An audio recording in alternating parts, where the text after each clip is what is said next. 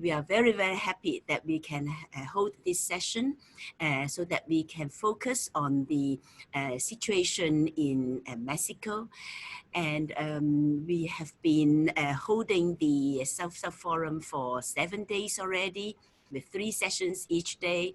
And it has been a very, very rich learning and experience. And so we are very much looking forward to this session. So after the session, we will be uploading all the recorded videos onto the Global University website. And the whole idea of the forum is that we could be coming to know each other, or to see our old friends whom we have not met for 20 years, and to be making new friends. And also, most importantly, to see that there are so many people who share the same frustration, but also the same aspirations, and that we, based on our love and our hope, then we will still strive to do our best to make the world better. So thank you again for coming. So now I would invite Claudia CABALLERO. She will be the moderator for this session. Thank you again. Thank you, Kinchi, and good day, good evening, greetings to all in the different times and regions. Well, I'm Claudia CABALLERO. I had the opportunity to participate in the main forum where we talk about the challenge and alternatives in community regeneration. And today we can go deeper into these topics from the Mexican point of view. I'm really very happy to moderate this discussion because we have gathering good friends, great teachers on different issues such as solidarity, economy, ecology, human rights, and indigenous autonomies. Our panelists are people who have involved in grassroots initiatives and have a lot of experience. So thank you very much. And also I want to thank to Alicia Ojeda for helping us with the interpretation from Spanish to English. So, well, we can start. The first participation is from Laura COLLIN. She is doctor in anthropology and professor at the Tlaxcala College, where she is director of the Center for Political and Social Research. She has published many books. Her most recent book, Solidarity Economy, Local and Diverse, from 2014.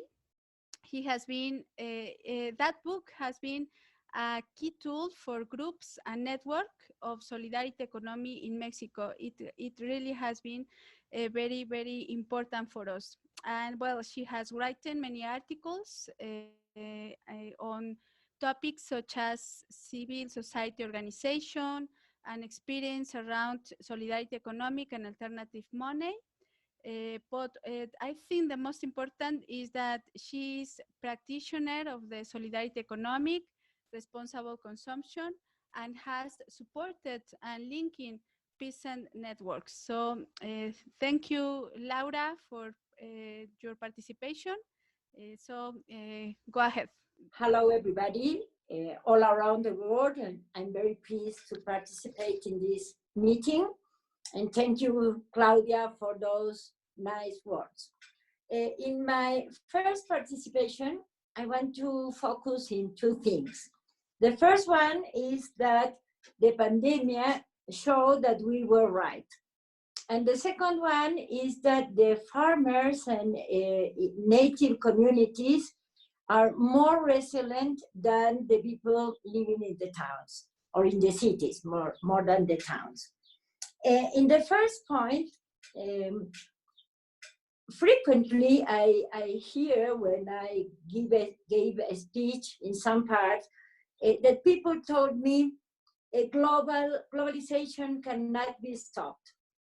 And we always argue that it would be stopped, and we thought that it would be for the oil crisis or the water crisis or catastrophes concerning with the global warming.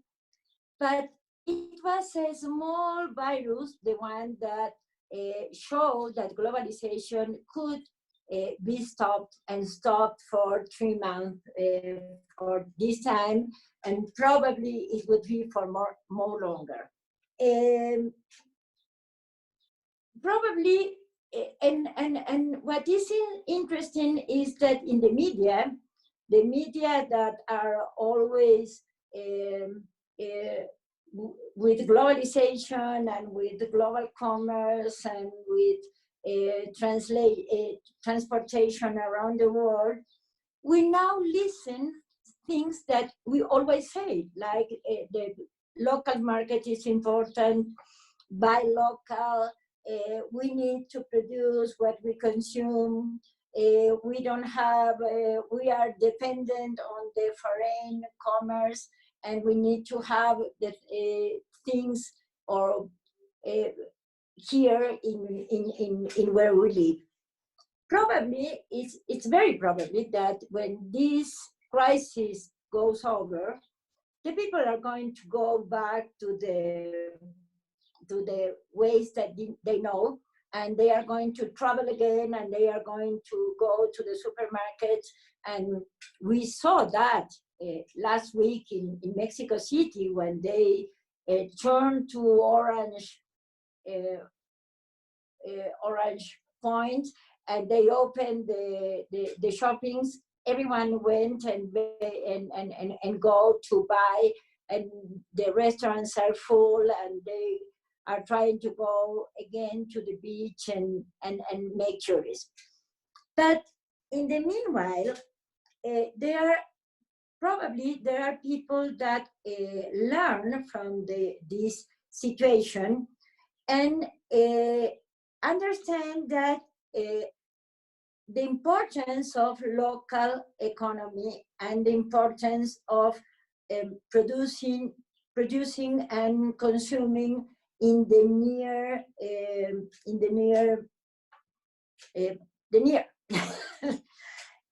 And the other thing is that the crisis, one of the most terrific part of the crisis, of the economic crisis, is the enormous amount of people that lost their jobs.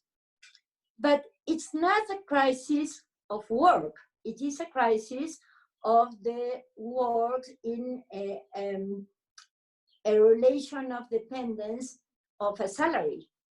And mostly it affects to the service industry, that was the industry that they thought it was the solution for the losing of job in the production area. The most affected are the people that work in tourism, in restaurants, in travel, in travels of all kinds, even in the consumption of oil. It's now really a crisis because the people are not using the car, and without using the car, the gas stations are in crisis. But it's not, I said, it's not a crisis of work, because the people that are producing real goods that are real necessary still have a job and still work, because those things are real necessary. So people that are depending in work in the service area should think about if that is a good job, or they need another kind of job that is real necessary. I want to give an example. In my house now, I have a worker. He's an engineering. He has a university degree, and he worked for 2 companies of services, one of insurance and the other one of with packaging, and both are closed. And now he asked me if I had any kind of job, and he's working making some things that I need here in my house. And he made that reflection. He told me, what I was working on is not real something sustainable. It's more sustainable to have a kind of job that you offer something that is real need. Well, the second point, the problem is that probably most of the people want to return to the previous situation, but we have to focus in the people that learn something about this situation and how it's important to produce and consume what is really needed and leave the consumerism and the activities that are really not necessary, and they are making problems to nature and to warming and everything that we already know. The second thing that I want to talk about is the resilience of the farmers, small farmers, and communities of native population. I live in a town, a very small town that is of a native population. They don't speak Indian language, but they are completely, they have all the characteristic of the natives from Tlaxcala. And what I see is that here they don't feel really an economic or a social crisis. Why? First of all, they produce food. They are, most of them, they are no longer farmers of full time.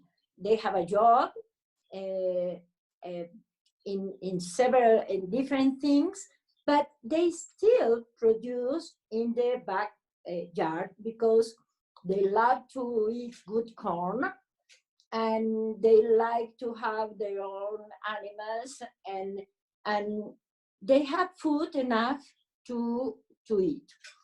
The second thing is they, as I tell before, they have another jobs. Why? Because they have, or they practice something that we call as pluriactivity. They can have one, two, or different jobs, and they also can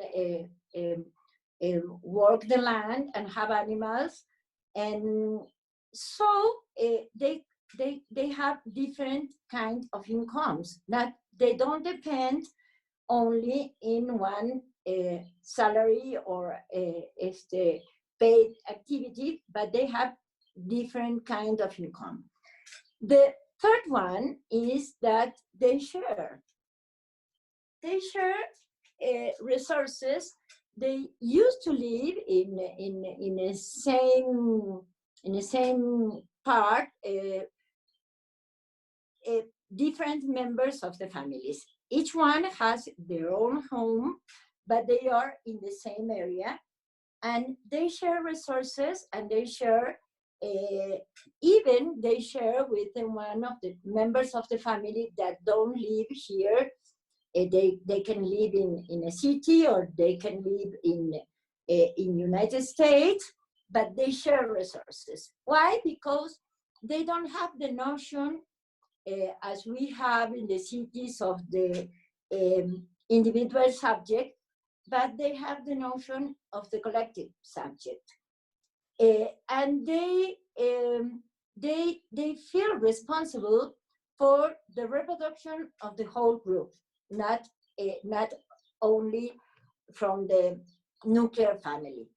And when they share resources, different kind of resources, so they don't have a problem of eating, and they don't have the problems of isolation, because they have their own home, but they share the yard, and they are together, and they can help each other.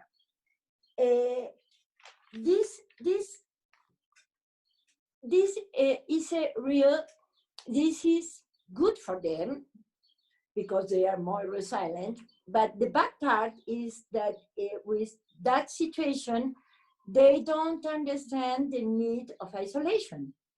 And they, as they share in their home, they also share in the town, and they don't believe, or they refuse to believe the problem of the pandemic. What I see here in Tlaxcala with my neighbors is that they say that doesn't exist. That is an invention from the government, that in their comprehension of health, they understand the illness as a loss of stability, or as a bad made for someone. And they blame the medical system of being the responsible for the pandemic. And they don't want to go to the hospitals, so that's a focus of ill. But in some parts of Mexico, and probably the one who live in Chiapas can talk more about this, what they do is to close the community to foreigners, so the ill cannot go in, and they take out or keep out the medical assistance to the community, because they feel they are dangerous and not helpful, but the contrary. But this resilience of the communities, it's making learning in themselves, because they are releasing that they are in a better situation than in the cities, and that having food is something that is more necessary than ever, and that they were right when they still have crops and animals in their houses. And this, I participate also in a farmers organization, and they are very, very happy to show to the world that they were right, as I say in the first time. But this part, the part that, of my work with the organizations, I leave it for the second part, and I feel that I finished my 10 minutes, so so long. I see you later. Thank you, Laura. I think was the 10 minutes, so thank you for being time. And well, a lot of interesting things you told us. I have a small reflection about what the Mexican peasants are doing to confront the free trade agreements like the TEMEC that the Mexican government has signed. I don't know if our next participant can tell us a little about that, or the struggle that the peasants are doing with related problems related to the climate emergency, or problems with vital resources like water. So maybe David Barkin, that is our next participant, can tell a little about that. He is economist. He is teacher at Metropolitan Autonomous University in Mexico City. And the topics he addressed are oriented to ecological economics, solidarity economy, and political ecology. He was vice president of the Mesoamerican Society for Ecological Economics, and he is the author of several books and articles. His most recent book, From Protest to Proposal, 50 Years Imagining and Building the Future, was published in 2018. This book recounts a life of reflecting and practicing alternative paradigms to capitalist economic rationality. So thank you, David. Please. It's my pleasure to participate, especially with the extraordinary consistency of the efforts of the team at Lingyang University. It's really quite extraordinary. This is now 7 years of these conferences, and I've had the opportunity to participate in previous conferences, so I'm very, very pleased. What I would like to talk about and build on what Laura was contributing to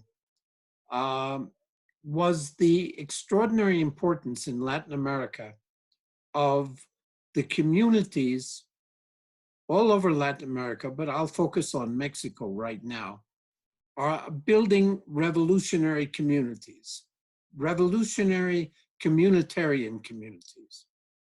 And what I want to begin with is exploring what that means. The communities, and I'm not talking about a small number of communities or local areas.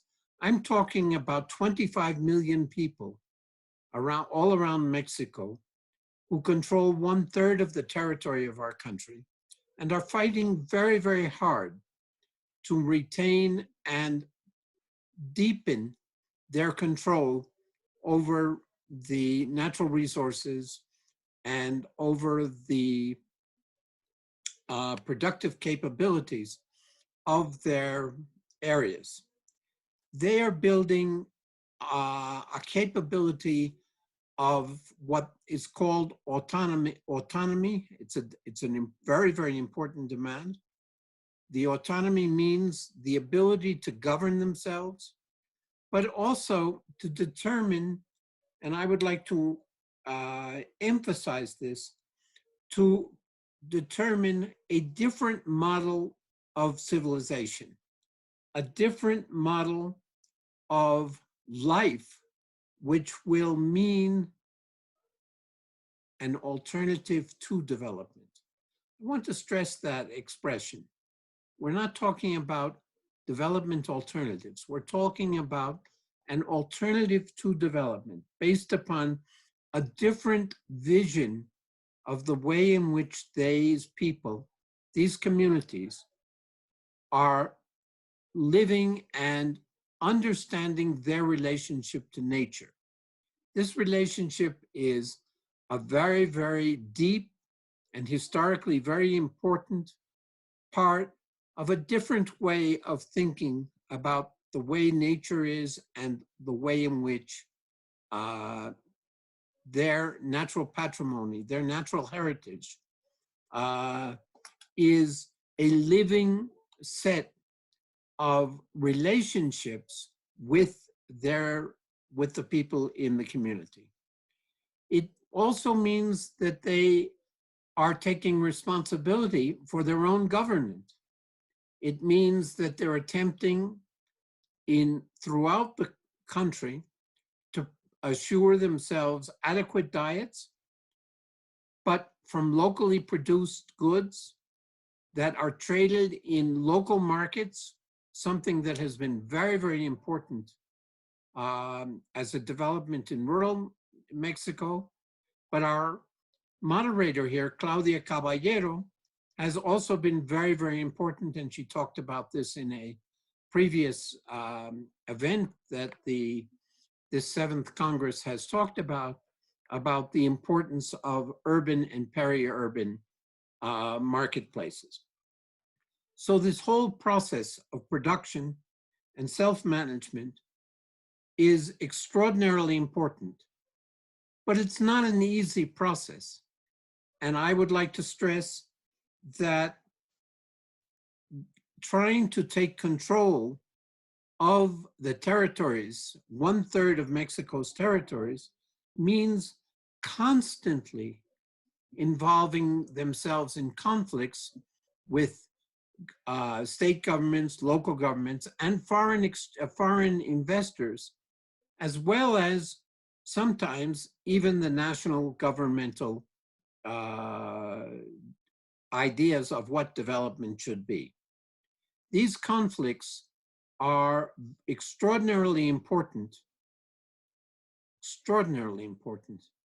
because what the communities are learning to do is manage these conflicts, build alliances all over the country, and create an important network of solidarity network, political, economic, and social solidarity network, which gives them a great deal of strength throughout the political and productive process.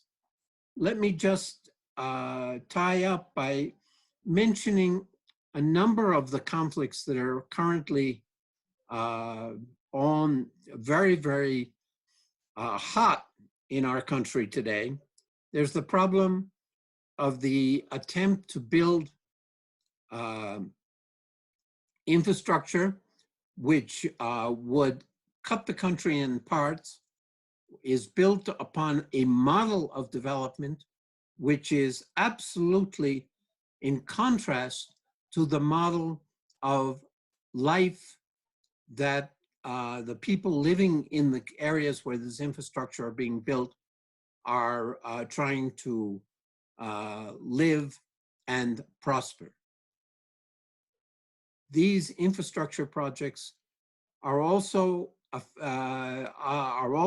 part of a larger conflict about mining resources, about the way in which renewable energy is implanted in our country. Right now it's controlled by a few transnational corporations and the largest of the Mexican corporations, and the communities are carefully and successfully beginning to put the brakes on the possibilities of those kinds of developments. And fortunately, they find allies within some parts of the government to be able to support their projects.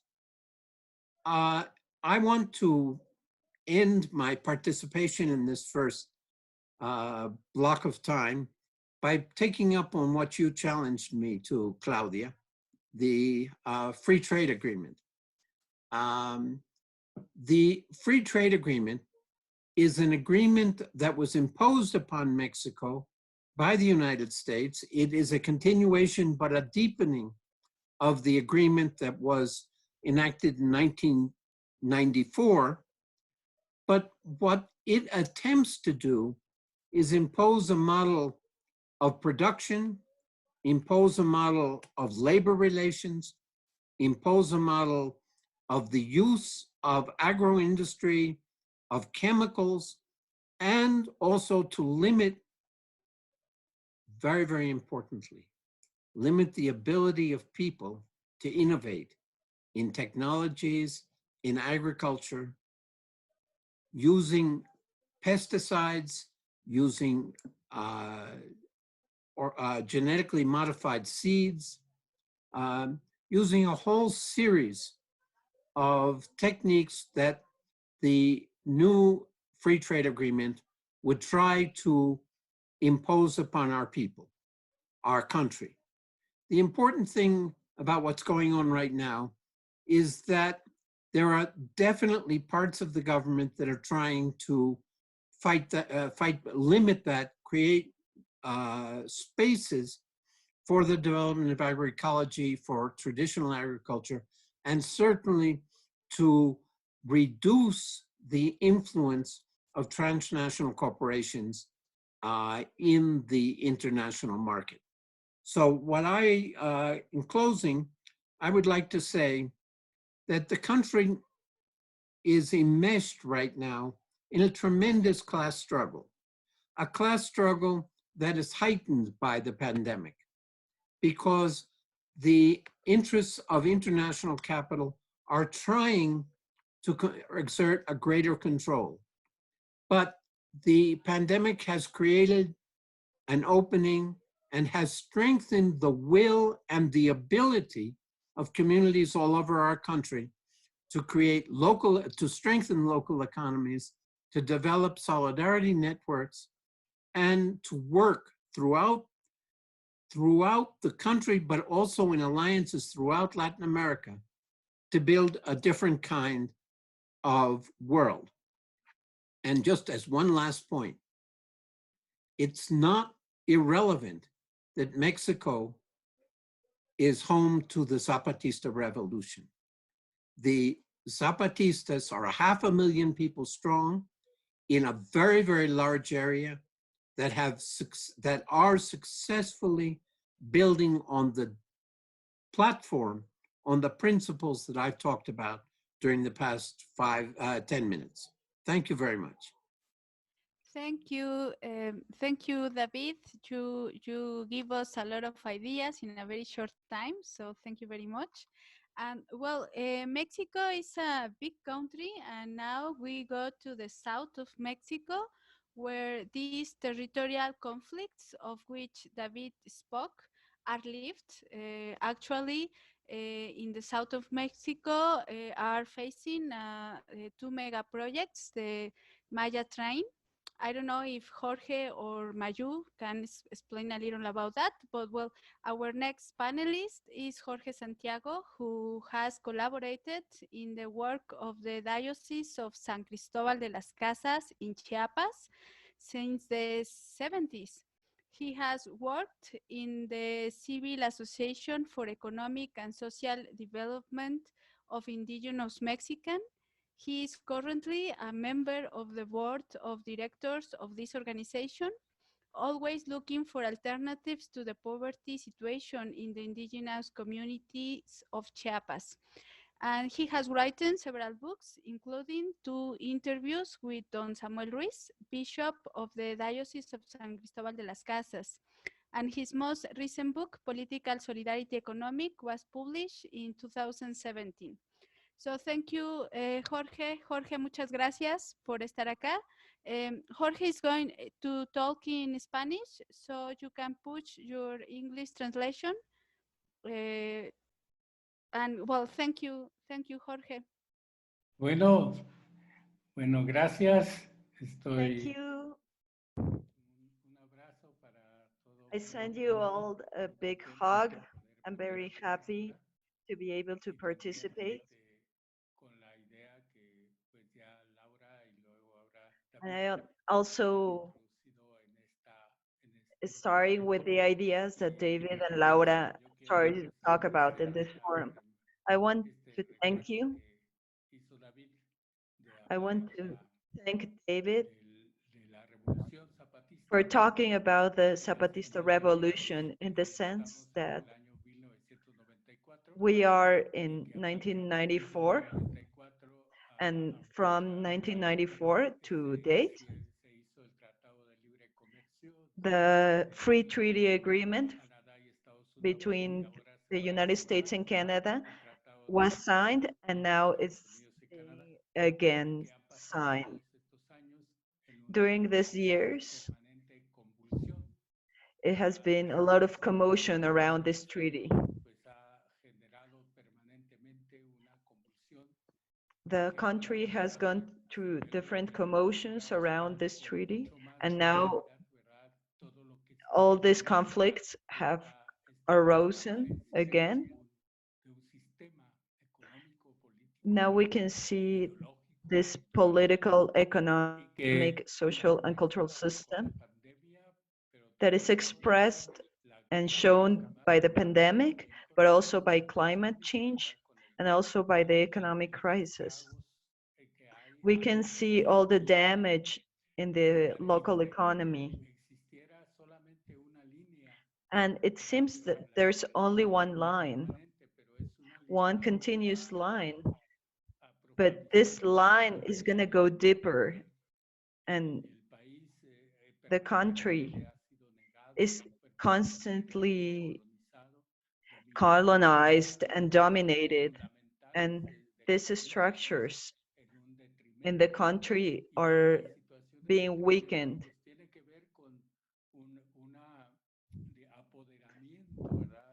These structures are being weakened because certain groups of power are taking over these structures, such as narco-traffic and organized crime.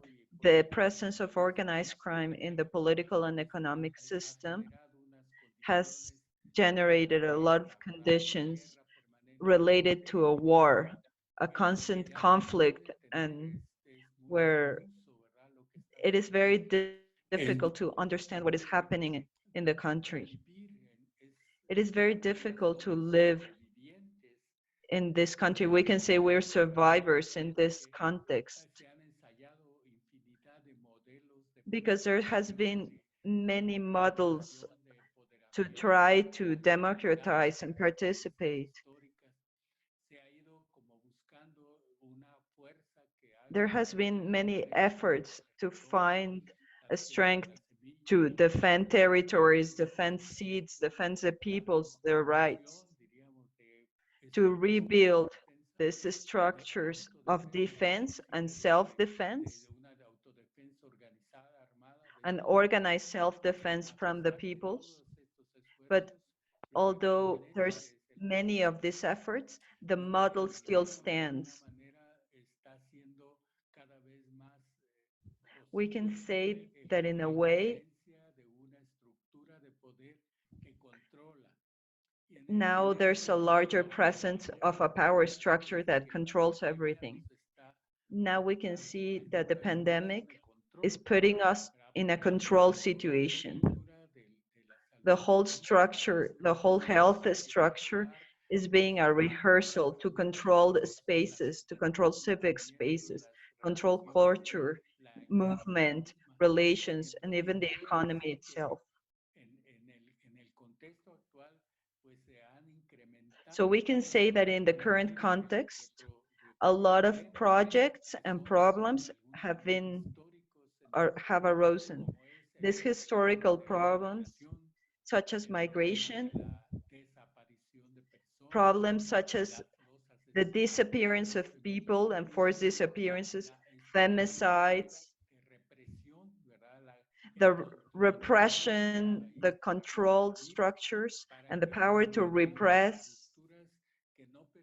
to generate structures that do not allow an alternative construction from the peoples, from their dignity. So what seemed to be quieter during 1994, that the peoples were looking for their rights and they were trying to be in the center, this right has been deteriorated. This has created a lot more conflict. The resistance of the people is becoming even harder because there's a constant attempt to bring them down, a constant attempt to reject the rebelness and their dignity. Constantly, a lot of structures are being built to confront them and to generate violence. Violence is a real situation. It's something that it's experienced in every small place in Mexico.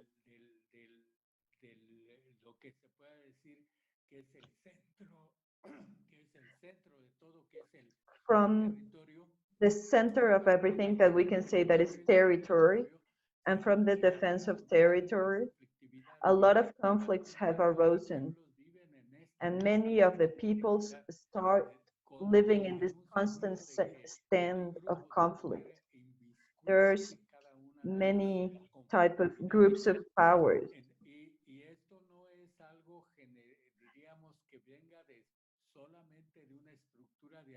And this isn't something that comes from above. It's something that is immersed in society. This effort to generate violence is part of the society. So what we're experiencing now is a result. It's a disastrous result. At the same time that we're looking at the people here in the South that are trying to migrate to the north, to the cities, that are being displaced, trying to look for alternatives for their lives and their livelihoods. Well, this is happening in the towns and among the peoples. There's no peace because there's no justice. And in the South, there are historic demands that have not been met.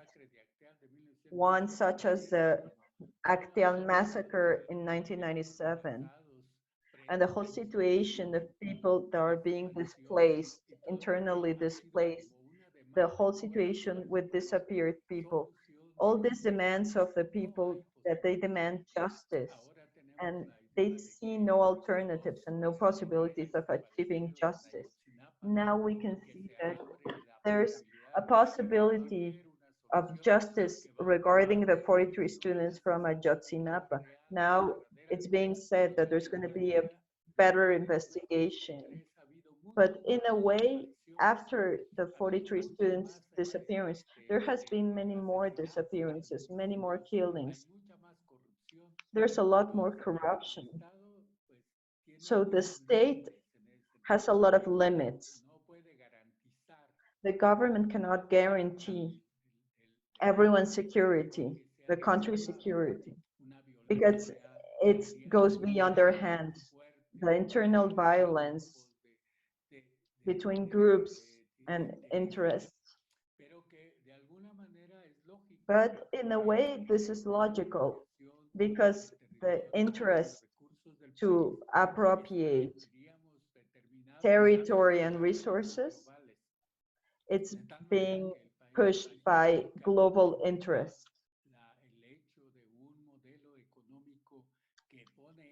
The economic model justifies the sale of the country, selling the country to try to satisfy needs of others. This is putting the country in a situation of very hard conflict. It's not taking away land and taking away resources, but taking away dignity from people. This is taking away the possibility of peoples of being a country with their own history and their own resources. And this is what is at stake. The fact of turning into a nation that is very plural, but without roots, without identities. Right now, we're facing 4 paths that we're trying to explain in the second part of my participation.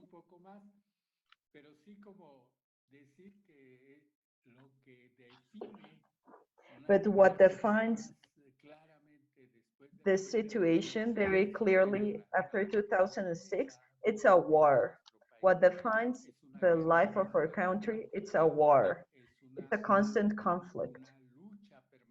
It's a struggle, a constant struggle to survive in a situation of abandonment. It's a type of abandonment again.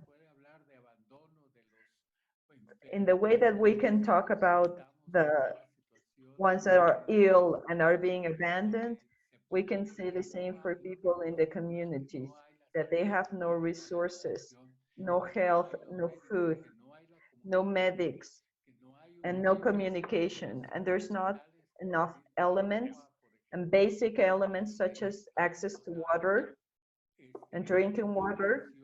There's pollution, there's destruction. So in this sense, we can say that even though we are in this condition, there's still a possibility for the peoples to grow roots and become resilient to face these conflicts. There's a lot of history, as Laura says, because the peoples are able to grow food. Farmers are able to grow food and create networks and create alternative networks. In the second part, I'm going to try to explain this idea of 4 paths that I see as something active in this country. Thank you so much. Thank you, Jorge, for this landscape of the situation of Mexico, and you summarize in this painful word. Mexico is in a war. So well, it's very difficult the situation, but we are have another perspective of María Eugenia Santana. She's also from San Cristobal de las Casas, Chiapas. She's doctor in social science, and she's professor at Chiapas Autonomous University. She has collaborated and directed research projects on issues to the solidarity economic, alternative markets, and indigenous organization from the female perspective. Her book, Recreating Money Experience with Community Currencies, was an important book to account for the experience of social currencies in Mexico. She has written several articles on indigenous experience in Chiapas, and she has been a promoter of alternative markets, organized women's groups, and social currencies. So thank you, Mayu. She is also speaking in Spanish, so you can push your English translation. I want to present here is a problem in many countries.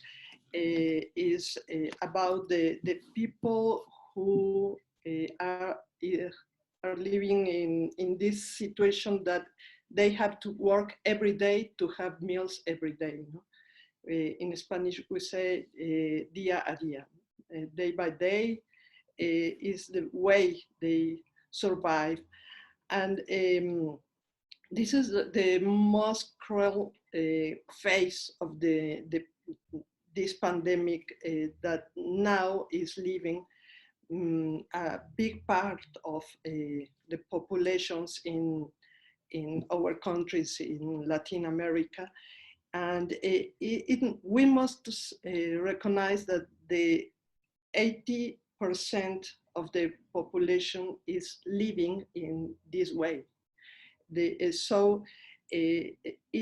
population live in the cities because they arrive from the rural areas because of the bad conditions of life in their communities. They don't have public services as electricity, water in their houses, and many of them also they don't have land to grow. So that's the case in the marginalization. The most complicated situation is for the people that are in rural areas that are very marginalized. Not all the farmers have the conditions to produce and to autonomously live from this production, as Laura was sharing with us. Some of these repressed areas is a region, the highlands in Chiapas. It's one of the poorest regions in Chiapas, and Chiapas is the poorest state in Mexico. It's the most marginalized state in Mexico. This makes people migrate. This forces migration. Many of the farmers that migrate many of these farmers migrate to San Cristobal. People that come from the countryside, they have no capital, they have no money, and they work in different activities that allows them to earn a little bit of money. But this is always not enough because it's a very low income. It's working in small shops in the streets. They do different types of service, such as cleaning shoes and laundry for other people. This does not allow them to earn very little money. They're barely getting by the poverty line. This is called informal economy. but naming this informal economy, but some anthropologists call this dual economy.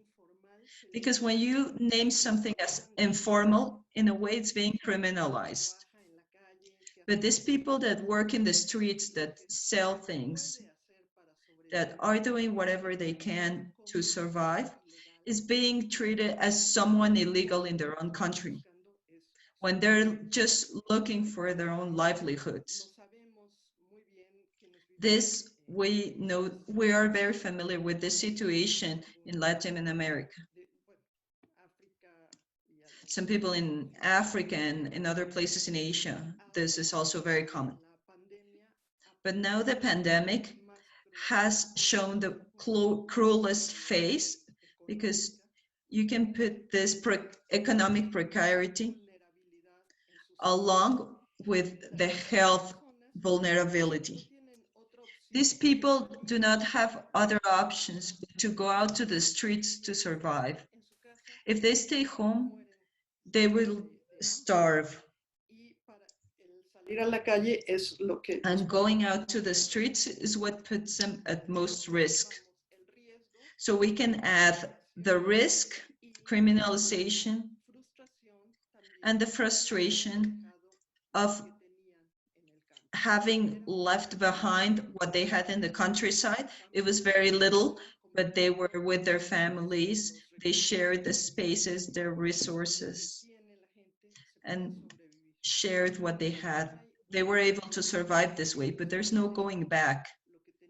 They have left this behind, and now they value a lot more the piece of land, even though it was a small land, but it was their livelihood. This makes us reflect on what these people need is solidarity. Different types of solidarity, including donations.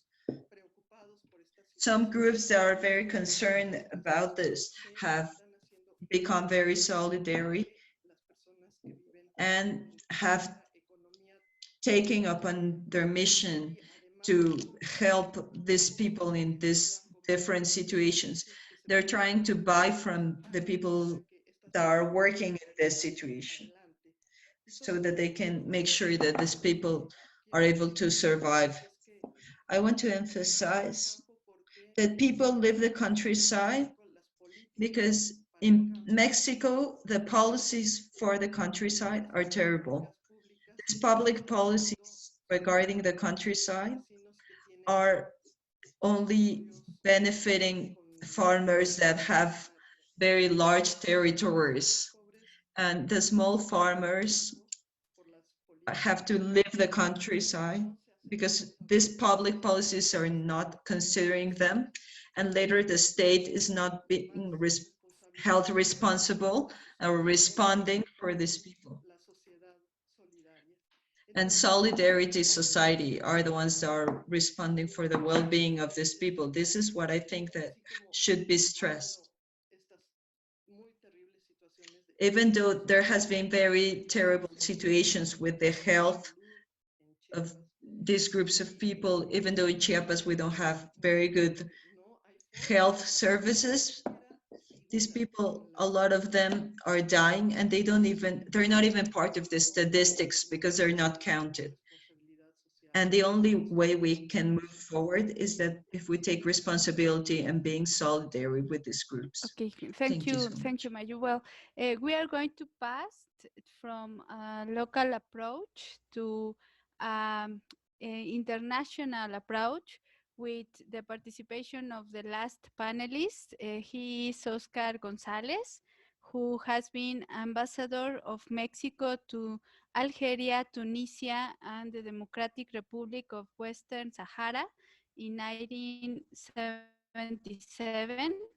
Since then, he has been ambassador of different committees and councils of the United Nations organization, like head of Mexican delegation at the World Conference on Transnational Organized Crime in 1994. He was president of Sin Fronteras AC, Without Borderlines, a non-governmental organization devoted to protect migrant human rights. This was in 1996, and he was president of the Mexican Academy of Human Rights from 1997 to 2012. So we have the participation of Oscar. Thank you for being here. I want to thank Kinchi for the work that she's doing, not only opening the door to have this type of dialogue, but previous ones where other Mexicans like Anester Ceseña have participated and have made very relevant contributions. Okay. After listening the previous participations, there are testimonies and reflections about the situation in Mexico, in rural areas and urban areas, and expressing some of the main problems that we're facing. I would like to not so much talk about the government issues, but talk about popular movements and social movements, and talk about social organizations. As you know, we had changing the government through an election in 2018. And after these 2 years, in this election of 2018, there was a massive vote. This massive voters allowed the new president to come into power.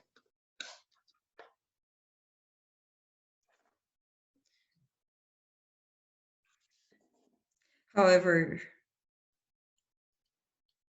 this new president arrived to power. This new government has proposed what they call the fourth transformation. The fourth transformation makes a reference after independence, after the reform, the revolution, and now it's supposed to be the fourth one. A change, a political change, a political, economic, and social change that's supposed to make a very big impact, a long-term change. But what does this mean? What does this mean for civil society organizations? What for these CSOs that have been working for a long time, looking for changes that are necessary for the country? We are now facing the fact that the government, during the past 90 years, it was the same political party in rule. And from 2000 onwards, the change was to the right, not to the left. And until 2018,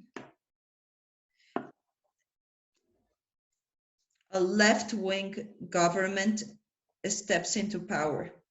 We know the tag of left can be discussed, but if we use our own parameters, putting aside the neoliberal regimes of the previous four governments and pretending to start a change with social and vigorous social policies. This could allow the government to be named a left-wing government.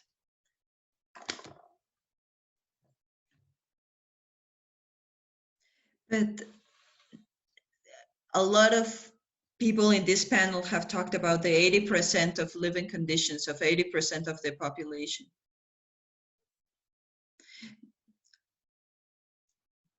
Many of the main issues have been already mentioned, such as the dispossession of territories to promote extractive industries regarding energy and minerals. It has already been mentioned the violence regarding the social situation, the strong levels of violence and mortality rates that are being worsened by the pandemic. This means the country is in a very complex situation, a very critical situation. And regarding our relation with other countries, it is also worth to mention that after more than 20 years, the free treaty agreement is being re-signed, and the only trip to foreign land that the new president has done, it was to the United States to talk about the free trade agreement. But what does this mean for the grassroots movements?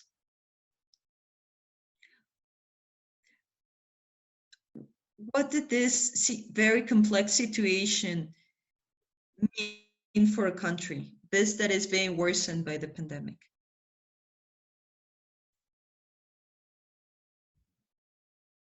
The living conditions of the majority of the population are being threatened. However, in a way, this situation was being improved with the social public policies regarding education and giving direct cash transfers by the government. This is not a basic universal income, but it was a start.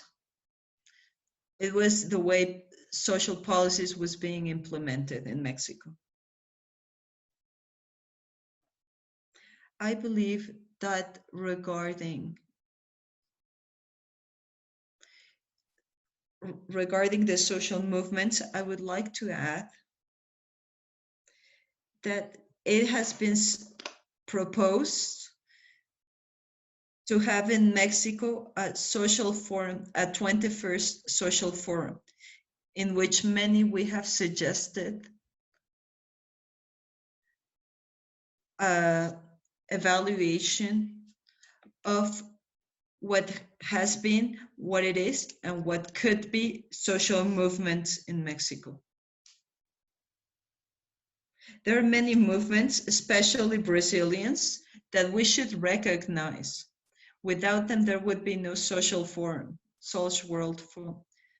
And these Brazilians have adopted some very conservative positions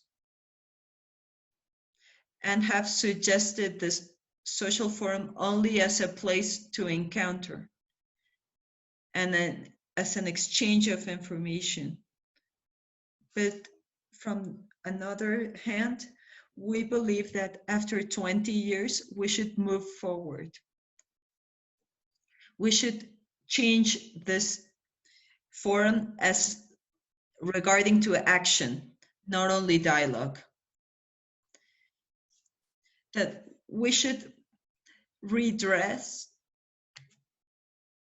not only the exchange of points of views and debate, but also use this World Forum as activities that have an impact in the world. We cannot forget that next to these efforts from 2018, but even afterwards in 2020, there's this progressive international. This attempt, this intellectual attempt where politicians and social leaders and academics with a lot of recognition, starting with Chomsky and others, that are trying to achieve this action. What we're reflecting from civil society and from the social movements, not only in Mexico, but in other countries, the question is, until where?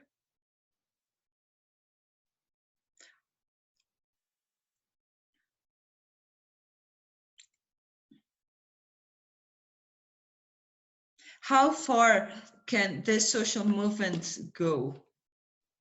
And how can these social movements achieve changes in public policy? What impact can they have in the state powers to peace protest without breaking and without generating conflict, without an open class struggle? Finally, I would like to mention that one of the main aspects of this class struggle is the ideological struggle.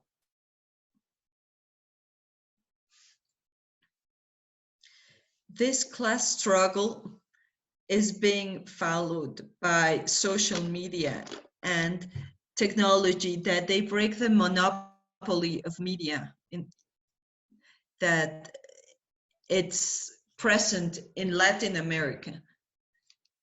The formal media are usually run by a monopoly from the right. So the use of technology and social media is evidence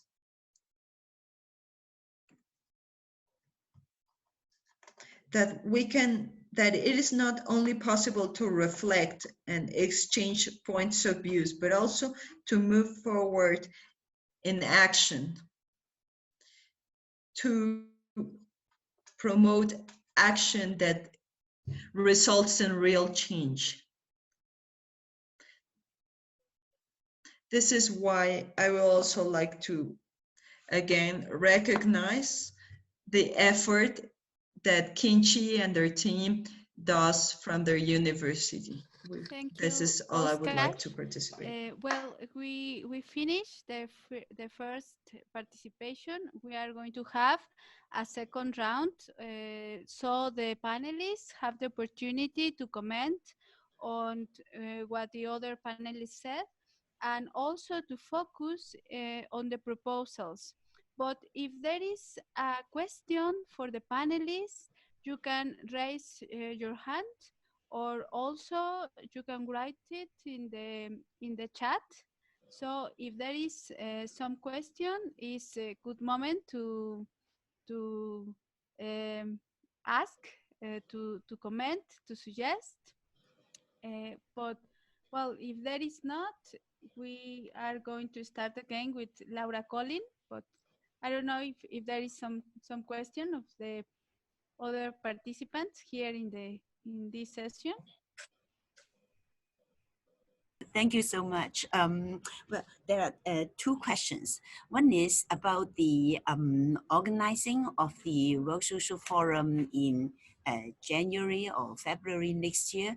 Could you tell us a bit more about what could be done? And the second question is, in these difficult times, and we know a lot of pressure is there on the communities, but then how has the Zapatistas been reacting to this? And are there also cases of the COVID there? and in what, because I think many people also would want to find the inspiration from their way of local governance to see how we can also be learning. Again, I'm going to take 2 points. One is the one in the local level, in Tlaxcala. Tlaxcala is a real small state in Mexico. And this pandemic strengthened our markets. We have 2 local markets with 2 farmers organizations concerned with agroecologists, and they have, both of them, one has 10 years of existence and the other one has 7, and they didn't grow in this time.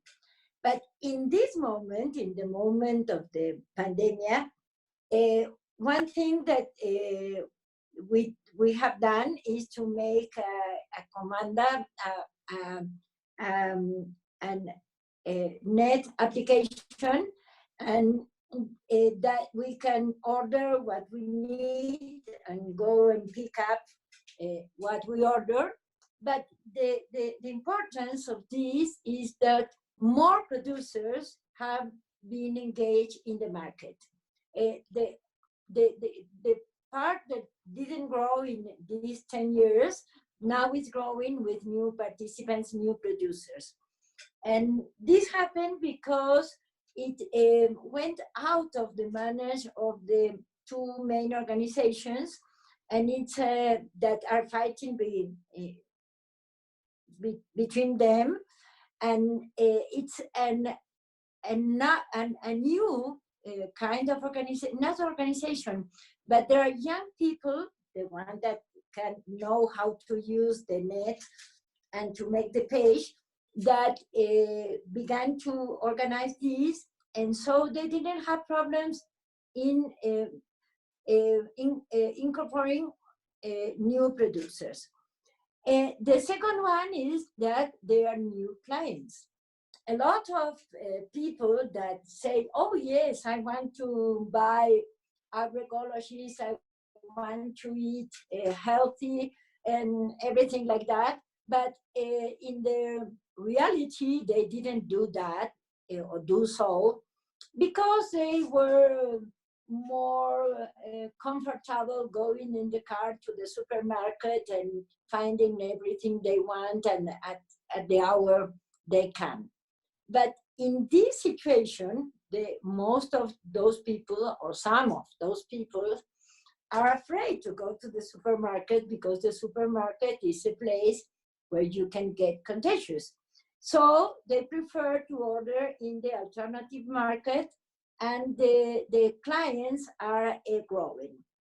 And the organization that I work with, that is of participatory certification, make a net, a national net of agroecologists, and the net of agroecologists that also didn't grow in the last 2 years is now growing with the incorporation of the organizations. That in different, mostly in the center of Mexico, we don't have nets with the south of Mexico or the north, but in the center of Mexico, they are very compromised in making these markets grow. The second point that I want to focus is related what Oscar mentioned. We have a new government. This government, we can say, I can say if it is from left or right, but it is a government that we can characterize as the progressive movement that was in the 2 decades ago. It's concerned with people. It has a real concern with poverty. But I think, and it's my personal opinion, that our president, López Obrador, learned about the experience what happened to Evo, to Cristina Kirchner, to Lula in Ecuador, and how the factual powers are so organized and they can take out a government, a legitimate government with different kinds of methods. And he's trying not to confront those powers. So what we see is what we can say that is a schizophrenic politic, that one phase looks to the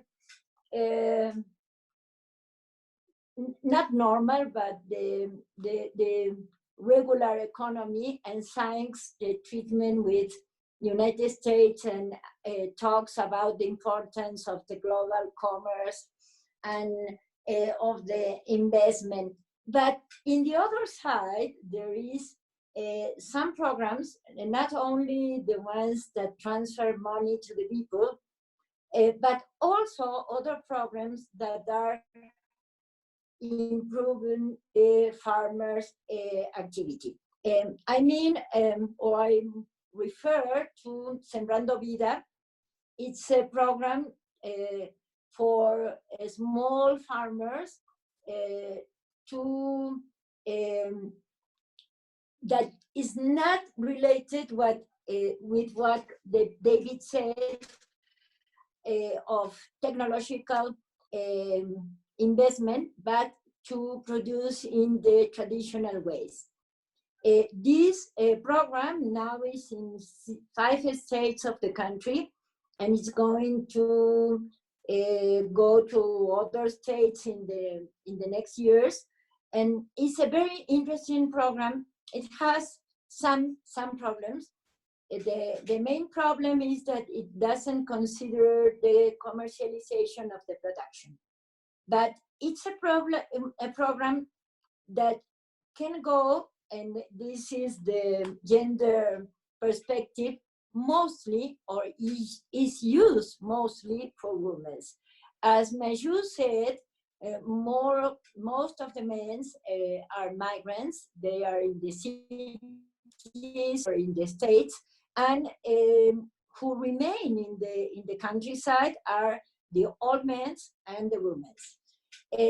In our project with peasants, what I see in the field is that the one that still have the traditional methods and are survivors of agriculture activities are the old men, the old peasants, and the women. And women are very interested in this program because it provides for the food for the family. And in this program, they have money for working in the land, and in this month is only 6 months of the program. The land that is in production grow in the 5 states that it is working. And what I see in the organization of agroecologist organization is that they are very interested in participating in this program to make it, or to influence in the way that we believe that it needs to be done. Not only producing, but for self-sufficiency, but also for the local markets. And here, well, I have a small amount of time. Here is the main preoccupation, or the main activity we need to do. And there are 2. How, one, in the big situation, how to pressure the government or this part of the government that is progressive, not the other part, to focus more in these programs that can give a strength the local production. And the other one, how to organize in the social net to help those producers that are small producers that don't have the possibilities to move their production to the markets or to the cities, to be able to sell the excellence that they produce.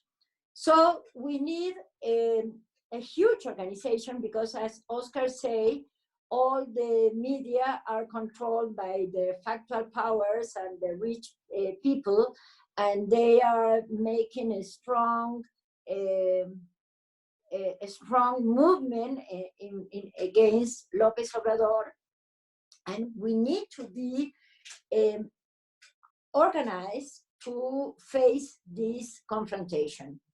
And the other one is that we need to be organized to take these spaces and make it for a real local and diverse organization between consumers and producers, and strengthen the relations with the producers and with the resistant movements that are trying to protect their territory from the aggression of the minoring and the mega projects that try to take out the population from their living places. So I think that we are in a very interesting moment of the history and of the world, and we have a lot of things to do to use this opportunity and build something real different. Thank you for listening. And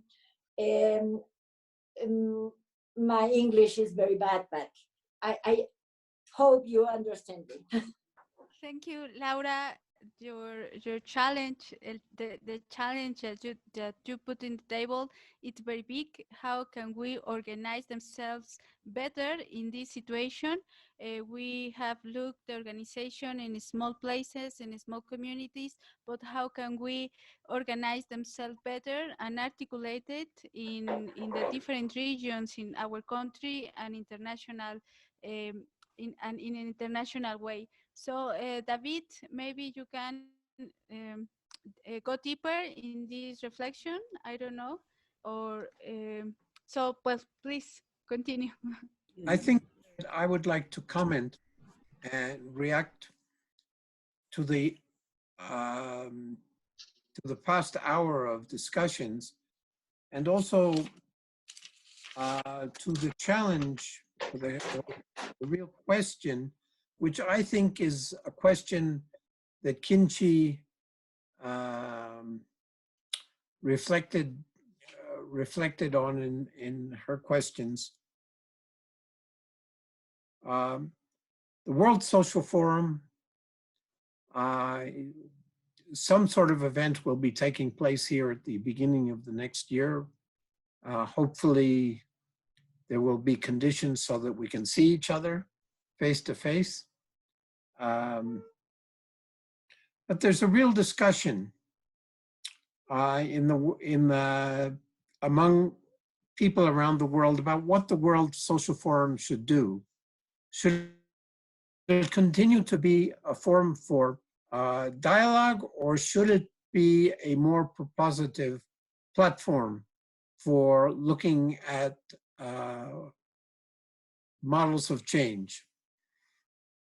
I think that is a debate which is taking place internationally, and I will leave it to Oscar to talk about some of the specific ways in which it's being grounded here in Mexico, and in Mexico's discussions throughout Latin America.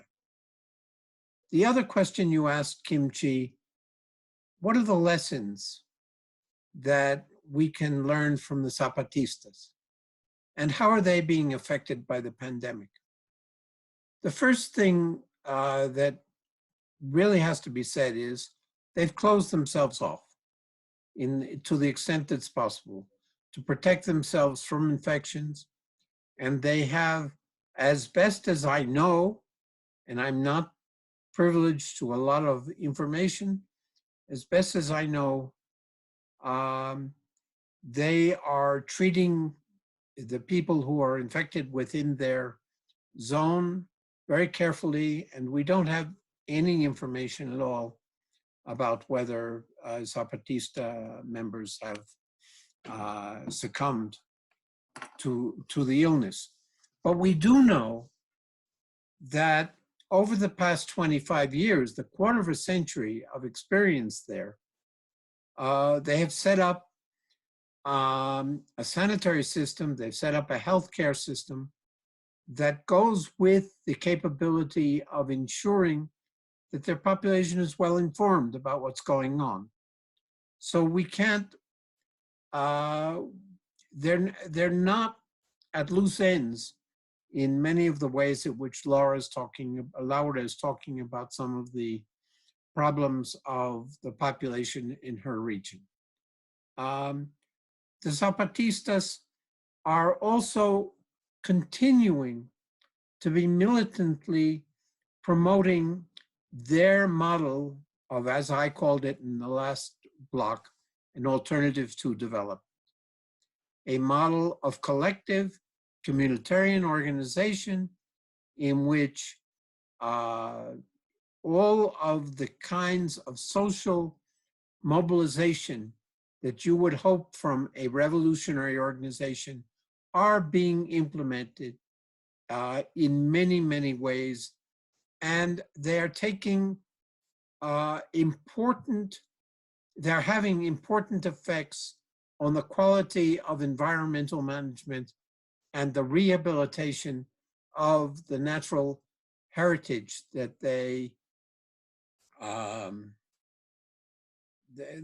in which they live.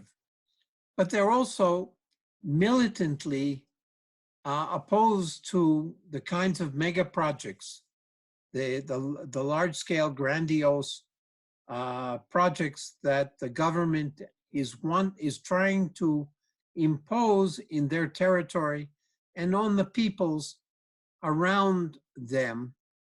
And they're providing support for people who are not members of the Zapatista organization, but are members of other kinds of fraternal and brother and sister organizations that are opposing the kinds of large-scale infrastructure projects that were mentioned, that Claudia mentioned. The specific one is a grandiose project to create a 1,500 kilometer train network with 19 stations, 19, yes, railroad stations, which are expected to be development poles.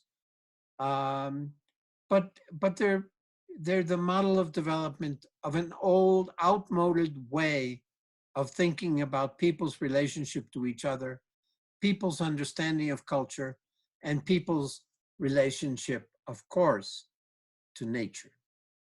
And so there's a great deal of grassroots repudiation of those projects. At the present time, it looks like the government is still very, very much intent on trying to move ahead with that kind of project. But it's a contradiction in terms within the government itself. And many of us still have hopes that there is the possibility of a live debate, not about canceling the project, but because too many things have gone ahead with that, but rather to perhaps change the conception of the way it might be managed. I want to in my other remarks though deal with what Jorge Santiago, a theme that was running through much of the other speakers. Jorge was particularly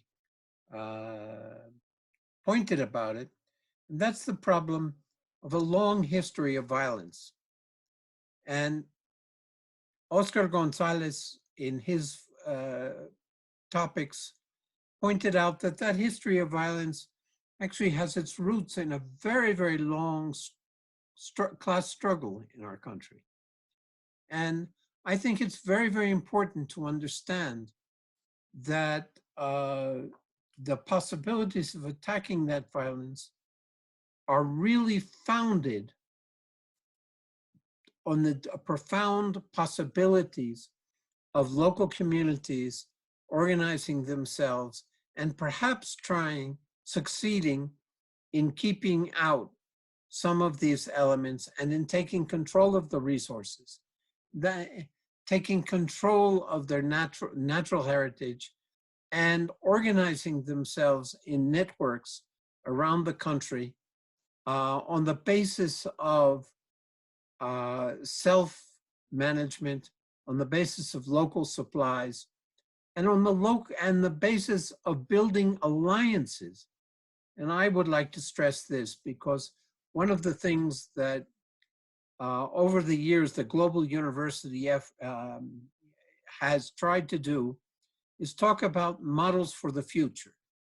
And one of the things that is striking me is the number of cities that are beginning to develop mechanisms to facilitate producers in their region supplying local markets and improving the availability of foods for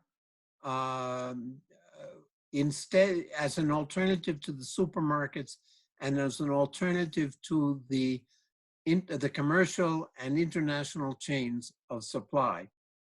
I am speaking to you now from a medium-sized town in central Mexico, about 300 kilometers from Mexico City, where the local producers in a radius of 50 to 100 kilometers are successfully entering the wholesale markets and developing alliances so that we as consumers can directly support the local diversified economies. The thing that I want to stress in all this is, yes, there's a lot of desperation. María Eugenia talked about many of the difficulties that she is experiencing and the people that she's working with are experiencing. I don't want to minimize the difficulties, the profound sacrifices that are happening in our country right now. But what I work with when I'm talking to people and trying to support projects is a word that's come up 3 or 4 times in the past hour, and that's this very, very important word, resilience.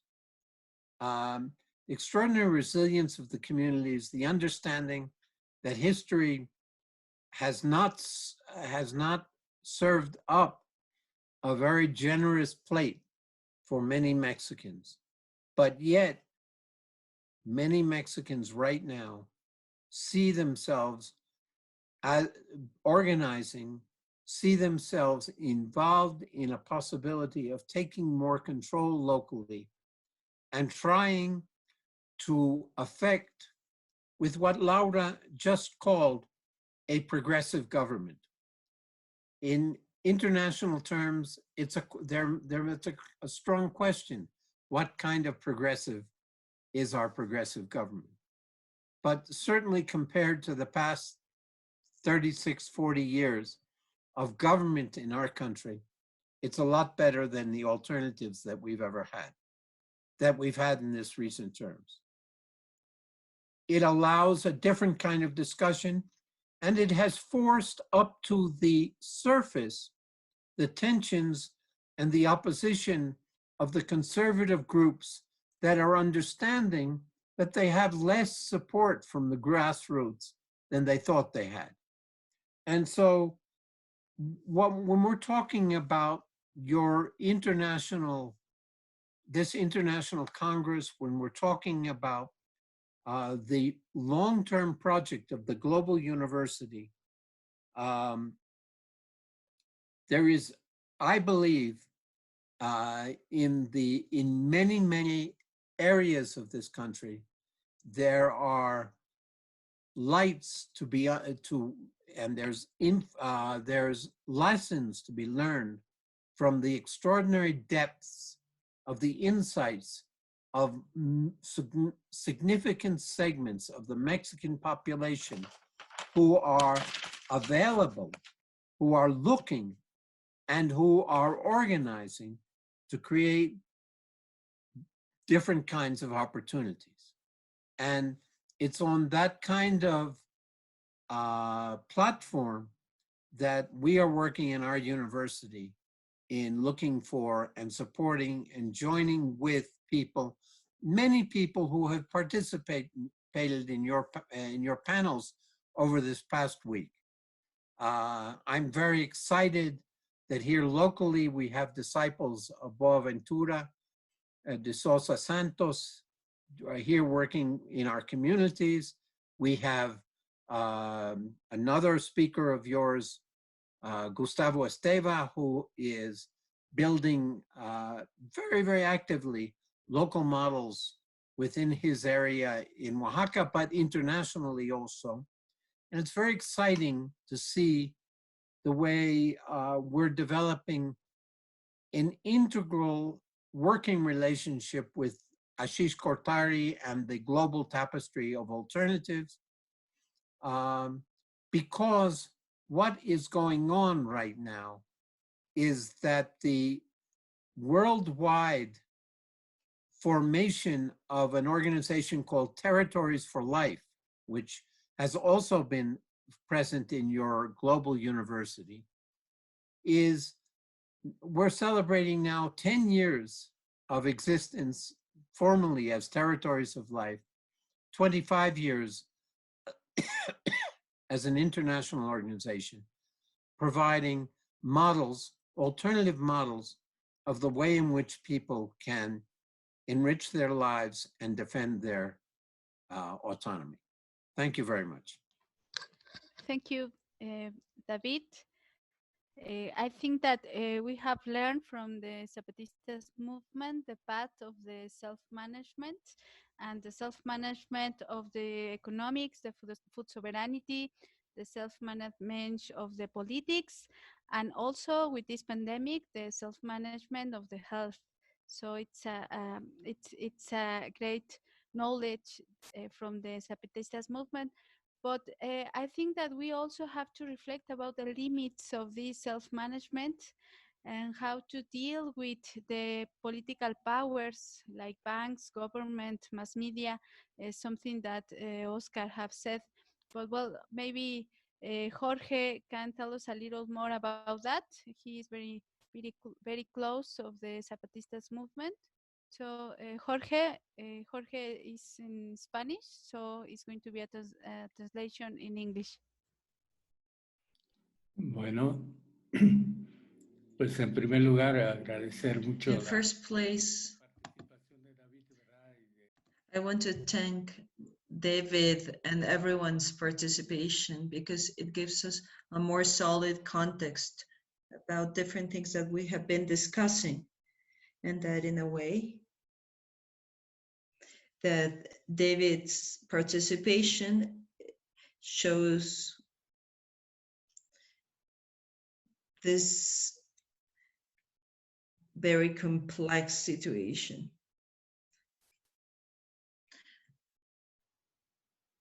I have been trying to think of a model to see the future.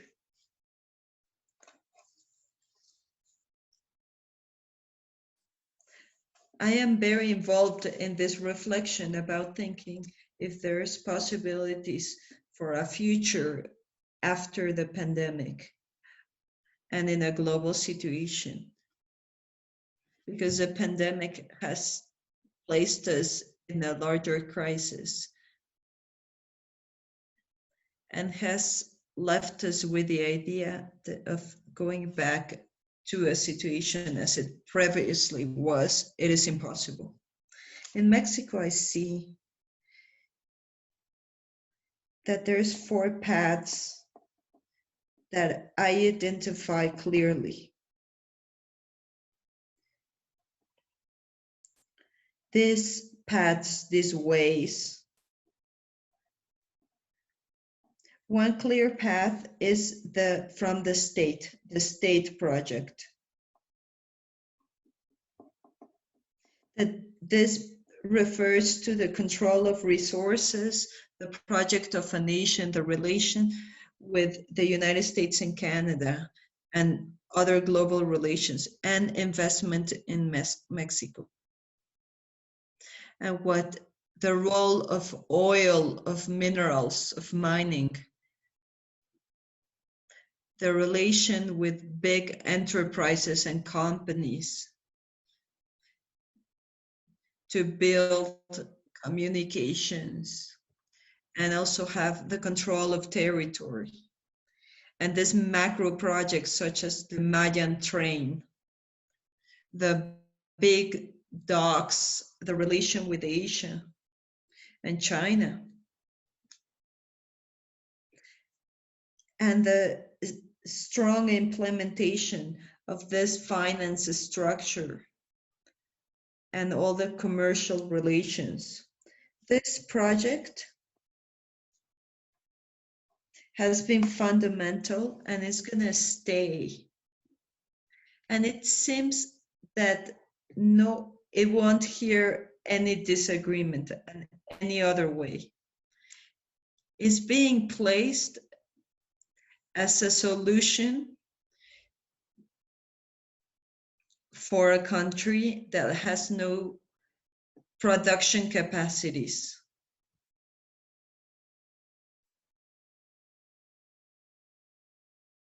And what it's placed as the most important thing is to use resources under a logic of productivity, and this will bring well-being. This is what it's believed. The other state project is the project of a benefactor state, of subsidies. Like this Harvesting Life, this cash transfer initiative and public policy. They are also trying to generate conditions so that people from Central America and other migrants stay in Mexico, and that Mexico becomes a center for work and maquilas and factories. And this way we have enough production within the system. This is why these programs of subsidies in this economy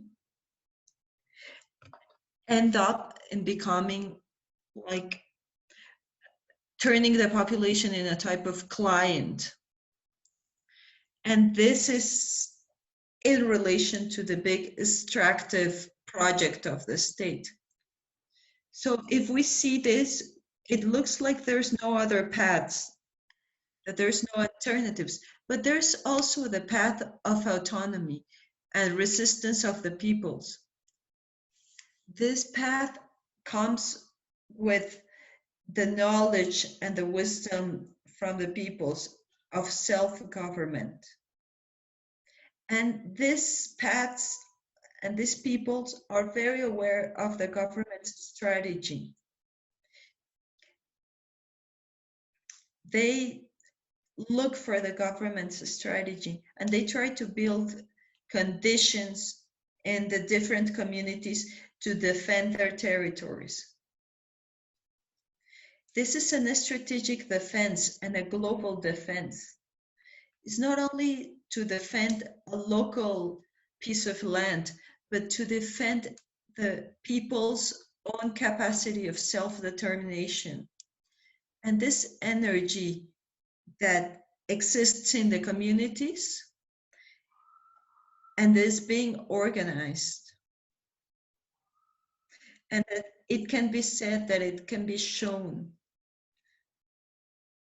That it can show that it has resources to face a pandemic. And they have a small liberty to not being taken under the step of the state.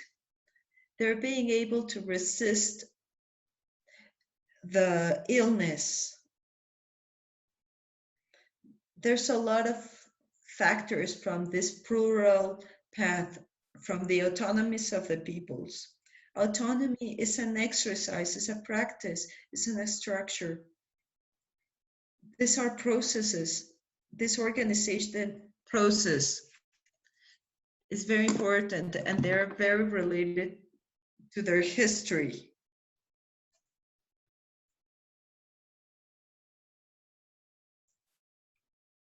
This history of trying to build a society that it's not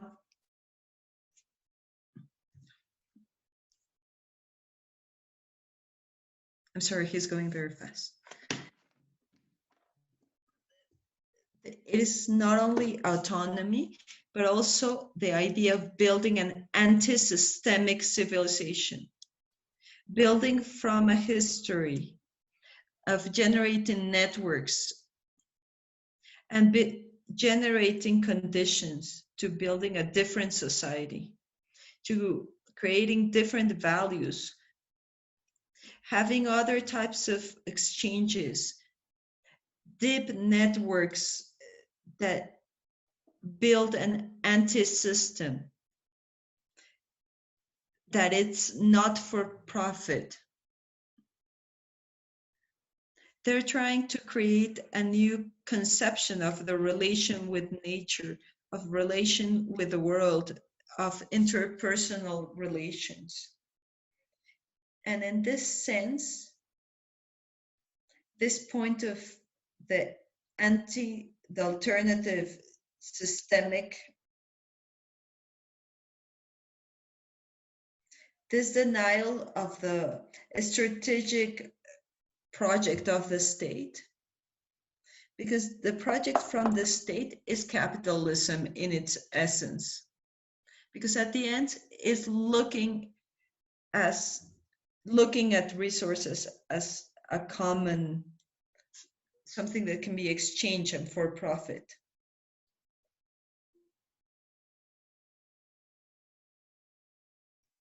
And in the anti-systemic alternative, it implies another way of producing, another ethic and another morals, with fair exchanges, with just exchanges.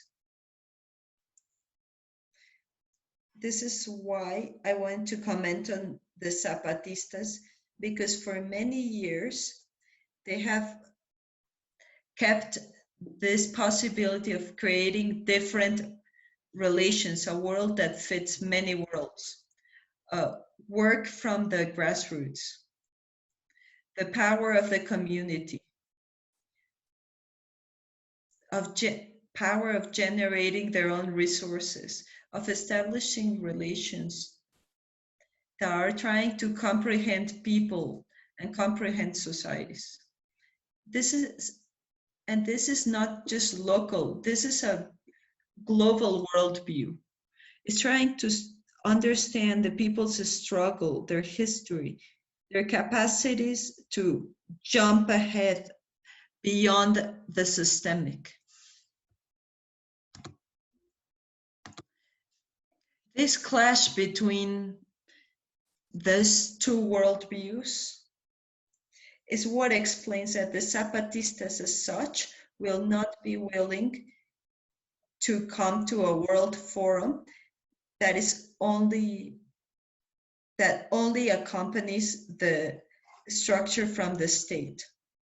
They will not be willing to go to a world forum that looks for this welfare state. It would have to be a world social forum that generates the capacity of generating alternatives and gives tools to make this alternative a solid proposal. And it's not only considered as a small activity or a small models of societies without a relation with a global aspect. What it is required is that this process have a global presence. Because there's a lot of hope. There's a lot of hope because there's a lot of a struggle of building a just and a dignified society. This is a little bit, briefly, what brings me hope. That after this process, we can still move forward and we cannot end our struggle. Thank you. Thank you, Jorge, to share your hope. We also have a lot of hope in that there is going to be a future for the humanity, but also the thing is it's a question if there will be a future for the humanity. But well, we hope that this kind of gatherings and all the actions that we are making is will be in really a good future for the next generation. So, well, the next participation is from Mayu. So, Otra vez voy a pedir a Alicia que me ayude con la traducción. Prometo hablar más de... Regarding the Kinchi's question about what's going on with the Zapatistas, David Barkin said something that is key. It's that they're very well informed and they have the means to receive alternative information, very close sources of information, and they're aware of what's going on globally and around the world. The idea of a globalized world, it's very clear in the Zapatista uprising. They received solidarity from many places of the world. This allowed that the uprising was known in many places. They were also able to get to know the struggle from people in Spain, the Basque, the movement of people without land in Brazil. I cannot name all of them. Many anarchists also from Italy. They also were spokesperson for the Zapatista proposal. Anyway, so many people become close to the Zapatista community, especially in the 90s, and still they are receiving visitors from other countries. The Zapatistas already have a very clear idea of a broader world. So when this pandemic started to hit the world and start moving around the world, from China to Europe and the rest of the world, they were being informed, and this makes a gigantic difference. We can say that it makes a difference between life and death. It is very sad to know that many other communities, many indigenous communities in Chiapas, do not have access to information because the news and the media, it's in Spanish. There's very few news in indigenous language. Some are from the government and are not, and are a little bit biased. But many of these communities are not able to obtain a deeper reflection about the global situation. And also civil society that is present in these indigenous communities is not enough to inform about the situation. So this is why the growing distrust from the indigenous communities regarding what the government and the different radio stations from the government, they do not believe what the government say about the pandemic. They have stopped listening these news outlets. And someone started to spread the idea among the indigenous communities that the pandemic was being introduced by other social groups and the government that do not want the indigenous population to increase, that feel discriminated. And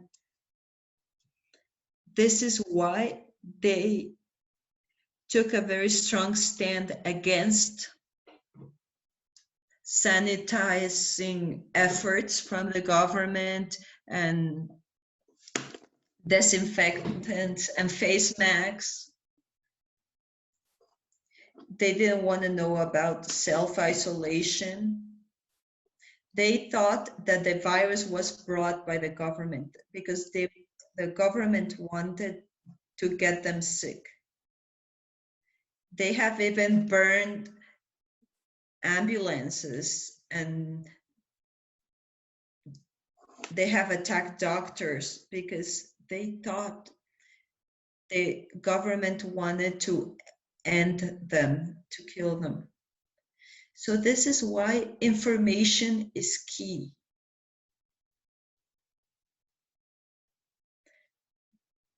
And this is something that luckily the communities of the Zapatistas have been able to get this information and adapt this to their own knowledge and their own culture.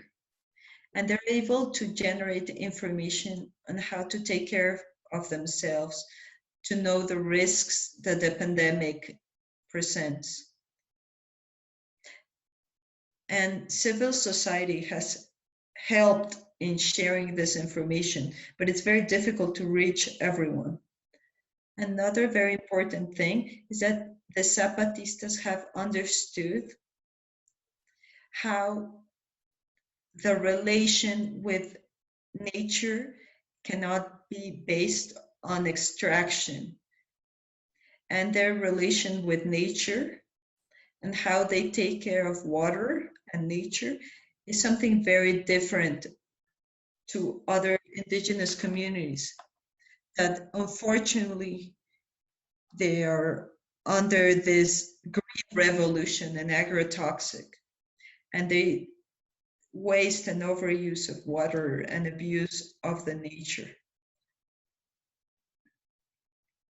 So this is why the government projects are very, very questioned. And based on direct information from communities in Chiapas, the project of farm subsidies and programs that promote reforestation have resulted in moving backwards because they started to plant trees and they no longer, they are starting to cut down very old trees to open space and now receive the government subsidies and use these subsidies to plant new trees. The current government is saying that is doing the largest reforestation campaign when it's ignoring the fact that a lot of people to access this cash transfer and access this money as a source of income, these people have started to cut down other trees and has sacrificed land where they used to produce food and it used to give them autonomy. And this has mainly happened in the rainforest area of Chiapas. So we see this as a very critical situation because threatening Chiapas' natural resources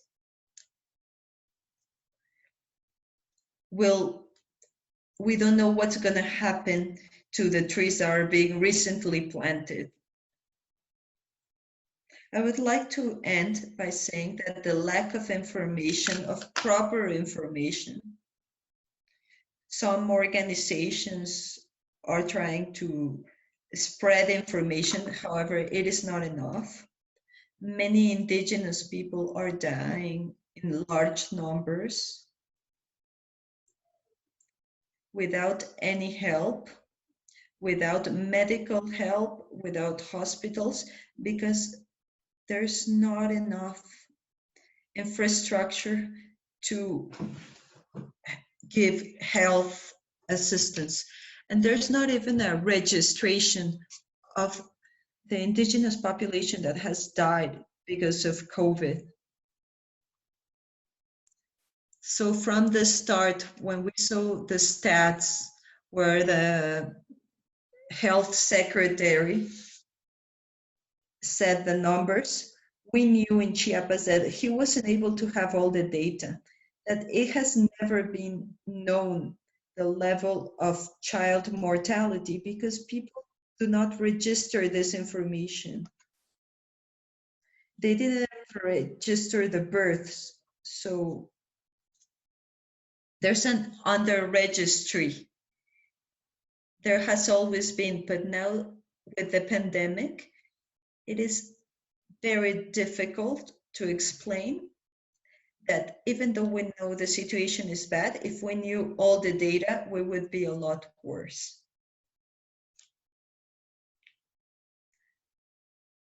So this ends up in an exclusion of the different social groups in Chiapas.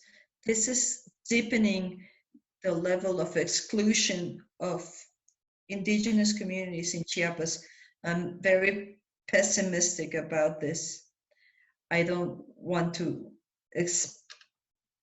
talk anymore so we can hear Oscar's participation. And I also want to thank Kinchi.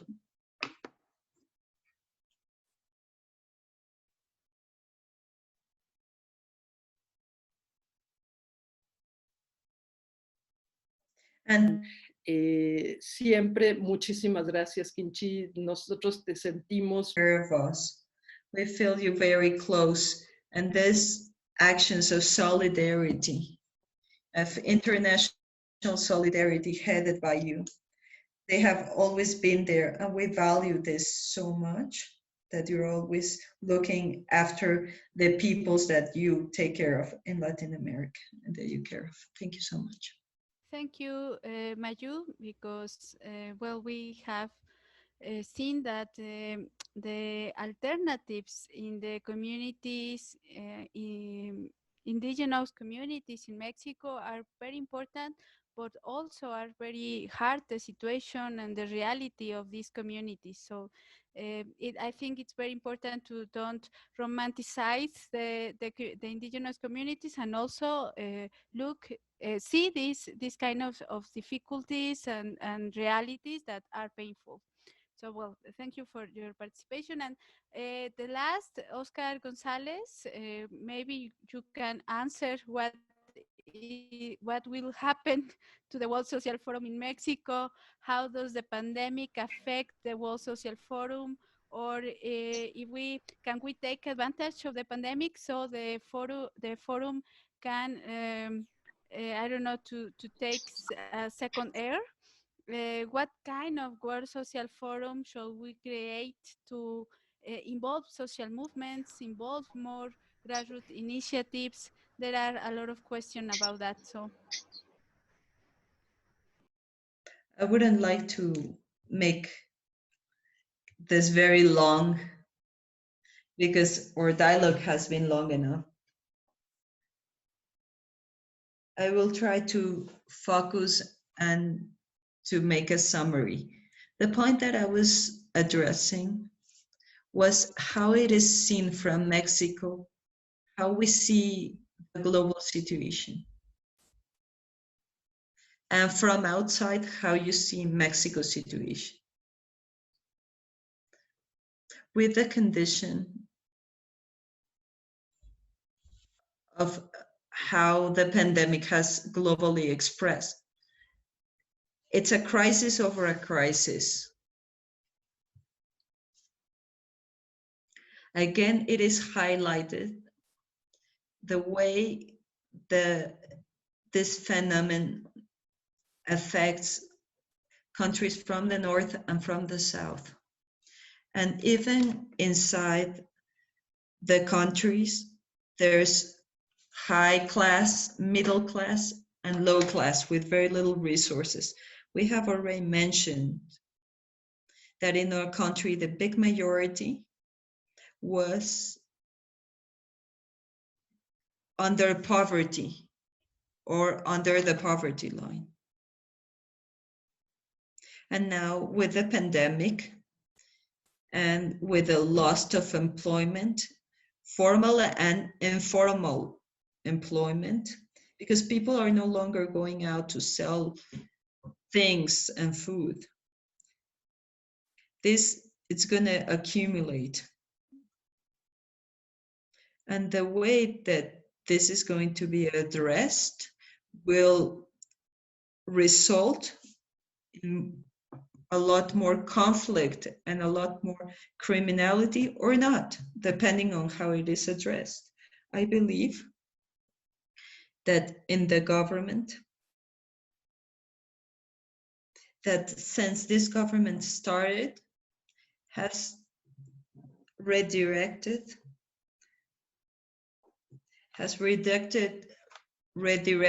its priorities to a broad attention and with the resources they gather.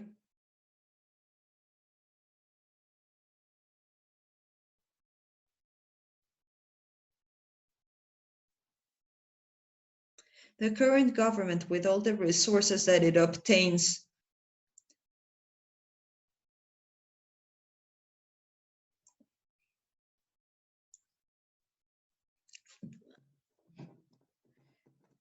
the government resources that come from the fight against corruption,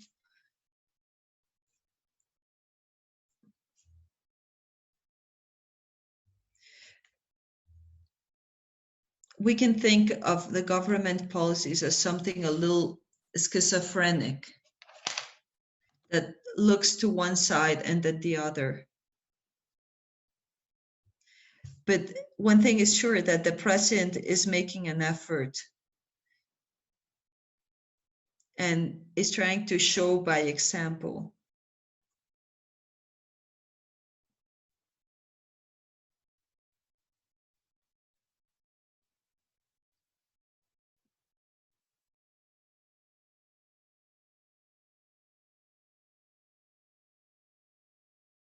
Okay, so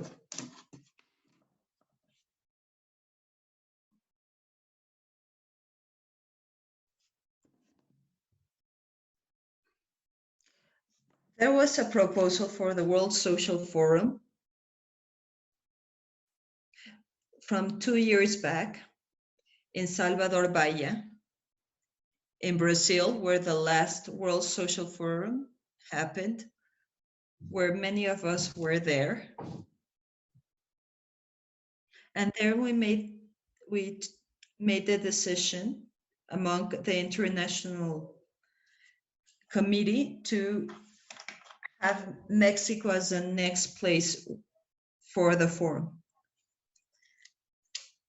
Now with the pandemic, we're not sure of when the forum is going to happen. We're not even sure if it's going to take place in Mexico or not. Why? Because what we have stated in the the steering committee for the World Social Forum. In this steering committee, we have expressed that if we are not renewed, if we don't evaluate the past, the present, and the future of the forum, there will be no forum. We even did a round table some 4 months back with Boaventura do Sousa, with Leo Gabriel, and Francine Mestro here in Mexico, specifically to talk about the problems of carrying out the forum in Mexico. And we had a very interested audience that expressed that if the next forum takes place in Mexico, is to renew it, to deeply change it, to develop a letter of principles and generate a different type of organization, because the previous one has been very basic. They have no capacity, the forum as such, nor the forum or the council has enough power to make decision that has consequences, that turn into action, that they do not have the power to turn decisions into action that changes the situation. There's a new current that proposes to have a debate that takes the debate to a general assembly with a very well-prepared agenda, and that tries to rescue the World Social Forum, turning it from a place, from an open space for dialogue to a space of action. Or, in the other hand, very few, if you ask around, the young people, the women's movements, the pandemic, have been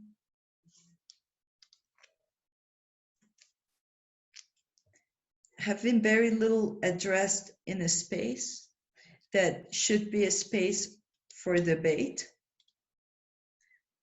and to propose alternatives regarding global topics.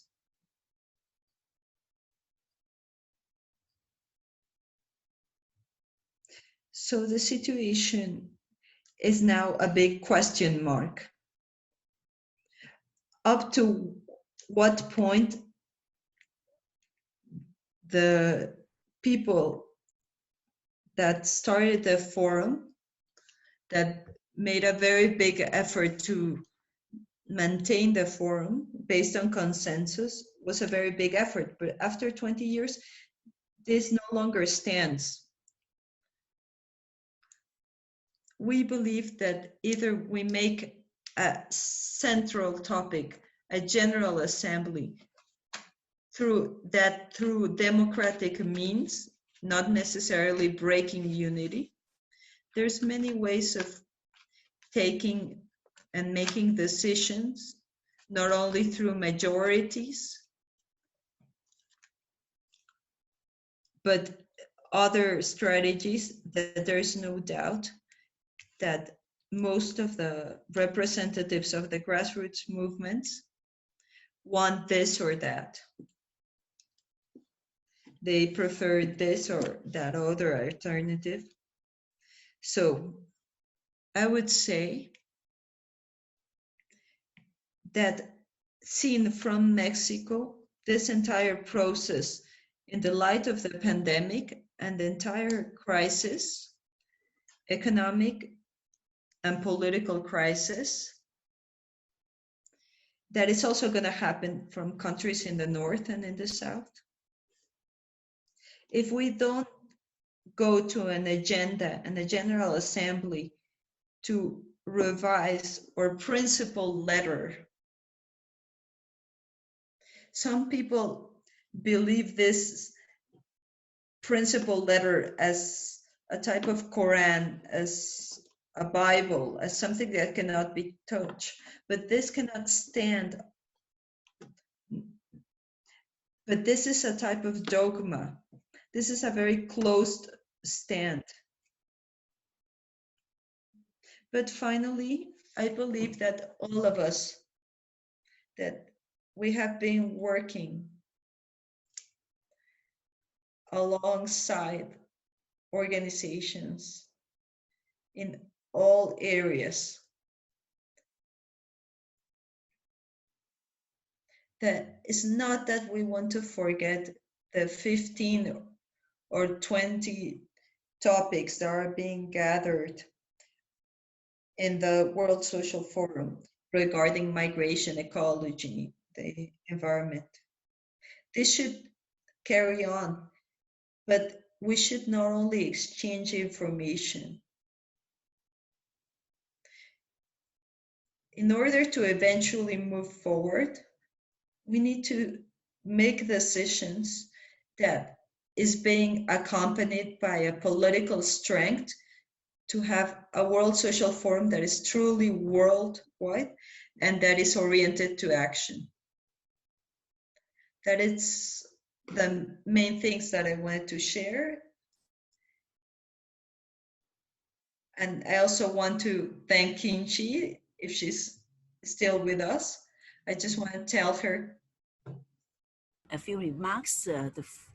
First, well, we thank you so much, and I think we could be organizing well, seminars or more lectures so that we can be going deeper into many of the questions that we discussed today. So, for example, we found it very interesting to hear from Laura and from David that because of the pandemic and because people are afraid going to the supermarket, so that there's a new opportunity for the small producers to sell the goods in their own markets or even to finding wholesale outlets. And the question is how we can be well, pushing for our own agenda using the different opportunities. Of course, all the time we would find that it is those with a lot of resources, the state, the big corporations, that can make use of any opportunity to further their own interests.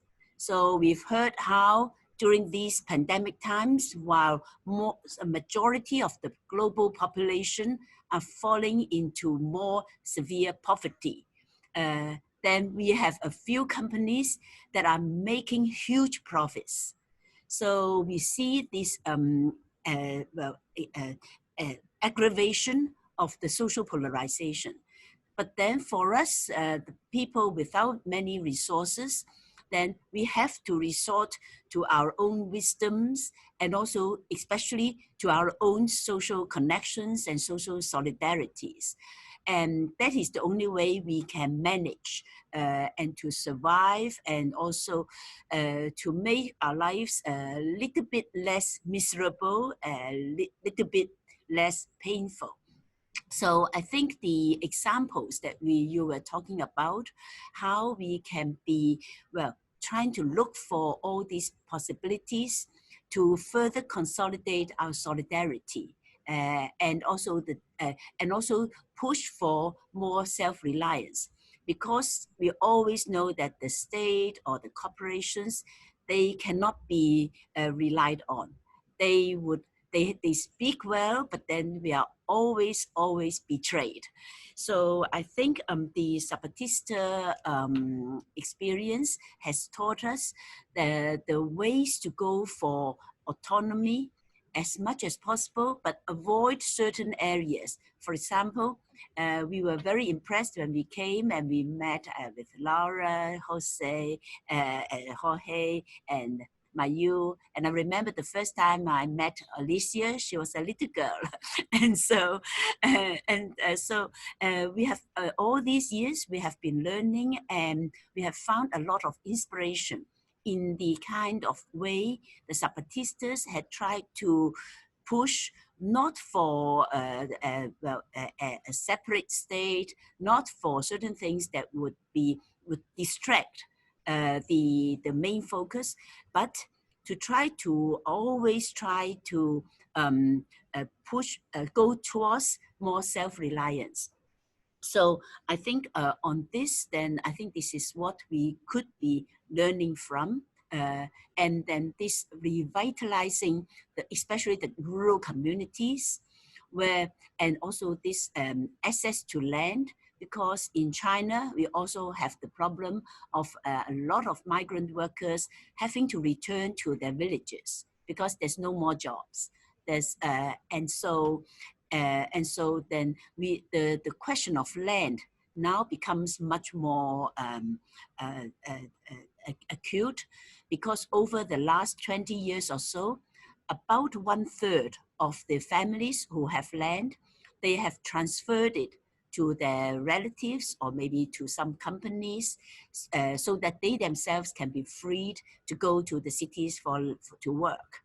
So now there's also this question of land, but in China, we still basically have the small peasant households having at least 2/3 of them having direct access to their own land. And so these questions about land and about the environment, about access to fresh water, these are all issues that have become much more acute now with the pandemic. So I feel that that is one. But then the other question about the World Social Forum, well, I have also joined the World Social Forum, the International Council, after Vinod Rainer left us. Previously, he was the one to represent ARENA and to represent the Global University. But then being in the International Council, then you see there are a lot of problems. And I feel that the problems within the World Social Forum is only a mirror of the larger social problems about a democracy that we have. Because on the one hand, if we stress that we should be built on consensus, then there's also another way of having just one person or a minority vetoing the whole process. That because in the name of consensus building, that we have to reach a consensus, maybe just 1% of people can veto and block the process from moving on. On the other hand, if you are seeking with the formal democracy, that you take a vote and all these problems. So we are only seeing in a smaller scale the main problems we see. So I think it is still one way. I will still opt for staying with the World Social Forum to make changes from within, but not relying on it as the only space for our interactions and for our building the movements. So on the one hand, I think I still see this as experimental, that we try to experiment with different ways. And De Sousa Santos, he was also in the main forum a few days ago. And he talked also about the need for the World Social Forum, not only to be a space for talking and meeting each other, but as a space for action, which is so much necessary now, much more necessary now than ever before. But then if we remember that Samia Min, much longer ago, also proposed that we should have, well, more positions. You can allow for different positions, but should allow for different positions to be well articulated, which could lead to action. And so, but then he got such a lot of criticism about the Bamako appeal and all these. So there were misunderstandings or deliberate misunderstandings, I don't know. But still, I feel that on the one hand, let us try to build the World Social Forum, which has from the very beginning said that this should not be an NGO network. It should not be a network where only the people who know English or Spanish or can speak, can communicate. It should be the intellectuals and the NGOs helping the articulation of the social movements.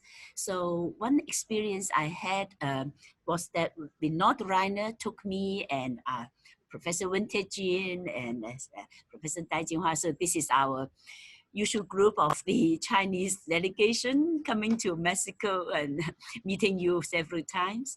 So we were there in Mumbai for the Mumbai World Social Forum, but before that, we went to very remote villages in Bihar, in different places, and we saw the villagers having their village assemblies, using the World Social Forum as a means to say that, well, we want our views to be articulated. So they actually mobilized a lot of these village assemblies to discuss their own problems, so that they know that these views will be articulated during the World Social Forum. And so I think the World Social Forum would be meaningful as it is still a very good platform for many people, because I think maybe even a million people had participated in different stages, in the different assemblies. But then we always find the problems within the so-called leadership and management. So what I would propose is that, while still working to work from within, and also working with others that have chosen to go out to form other international alliances. So now we see the intercontinental effort from the MST and the La Via Campesina. We see the global tapestry of alternatives. We see different types of global alliances going on. I don't think we need to choose between this or that. And I think we should try to be, because everybody talk about respect and tolerance and inclusiveness, and yet in their actions, they don't really live up to their own standards or the standards that they propose. And so that is one. And then my very concrete proposal is that for this 7th World South-South Forum on Sustainability, we were hoping from February, March, that we could still be holding an on-site face-to-face forum. And we waited actually until almost the 4th week of May, when we really gave up the hope of calling for this. We still kept our reservation of 100 rooms for you all to come to our campus. And we didn't cancel the reservation with our university. But then by the 4th week of May, we thought that any of you, if you could still come, then please come. But then we should try to change our own mode. So then we started to write letters to you all, and just within 2 weeks, we had the whole program in good shape. So we have 150 speakers within these 10 days. So some of them have only very little time to talk, 10 minutes or so. But then we had 150 speakers in the 10 days interacting with each other. And so we have 600 registrations for the main forum and over 400 registrations for the feminist workshops.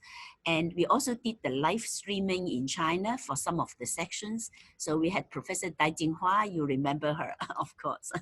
So she gave a lecture organized by the South South Forum together with an organization in China. And we did it for live streaming, and we had 30,000 people in the audience for the live streaming. We had a concert, and that was, we had 12,000 people in the one. And tomorrow evening, we are going to have another of a lecture talking about some of the documentaries, including the salt of the earth and several other documentaries. So what my proposal is, it is really difficult to say whether the World Social Forum in Mexico, even if it is approved by all the processes, could really take place physically. Our university is just announcing that all classes from September to December will be online. So I think we are coming to the very harsh fact, the reality that this pandemic will just go on and on. And an optimistic estimate is that we will be able to have a better situation by 2022. Some say it will be 2025. So we don't know. In Hong Kong, we are going through another lockdown now. From yesterday, all the swimming pools, sports facilities, then they are closed because we are having a second wave. So I feel that while still working for that, can we start to have all sorts of pre-forum discussions? And we have mastered this technique about the webinar, because the webinar is good because we can have the simultaneous interpreting, and we will have to ask Alicia to come back, and maybe you bring more friends so that you don't have to interpret all the time. But let us think of different ways where we can use the least material resources, the least amount of money, but then to try to do the most of it. And for this, actually for the 7th South South Forum, we have been doing it with only our own resources. But then we have actually, do not thank me, because we have a team here, the 15 people, most of them are volunteers, and they have been working 15 hours a day, and our interpreters too. And it is the whole team that has made this possible. So I'm just the one helping to make some coordination. They are the people doing the real work.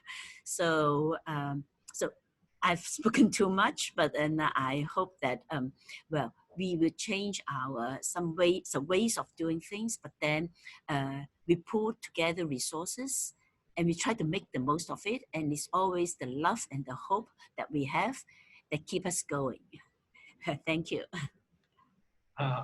Kinchi, I'd like to say something related to the process of the World Social Forum. In a few days, there will be a sort of a letter, a text that we are preparing with Boaventura, Leo, Roberto Savia, and others, and perhaps 10, 15 other leading intellectuals or activists all around, precisely asking for a general assembly in Mexico to review the whole process of the World Social Forum. So in a few days, we will see it. I hope so. Okay, thank you, Kinchi, and thank you to all. We are going to finish the discussion, but as you said, thank you to all the team that can be that work a lot to have this forum, and thank you for the friends that are here, the Mexican friends, and to all the people that are listening. A very be virtual, but well, we expect that we can see us soon, and we can continue this interchange by this media, by this teleconference, but also by email, and well, as in the other ways that can be possible. So thank you very Yes. much.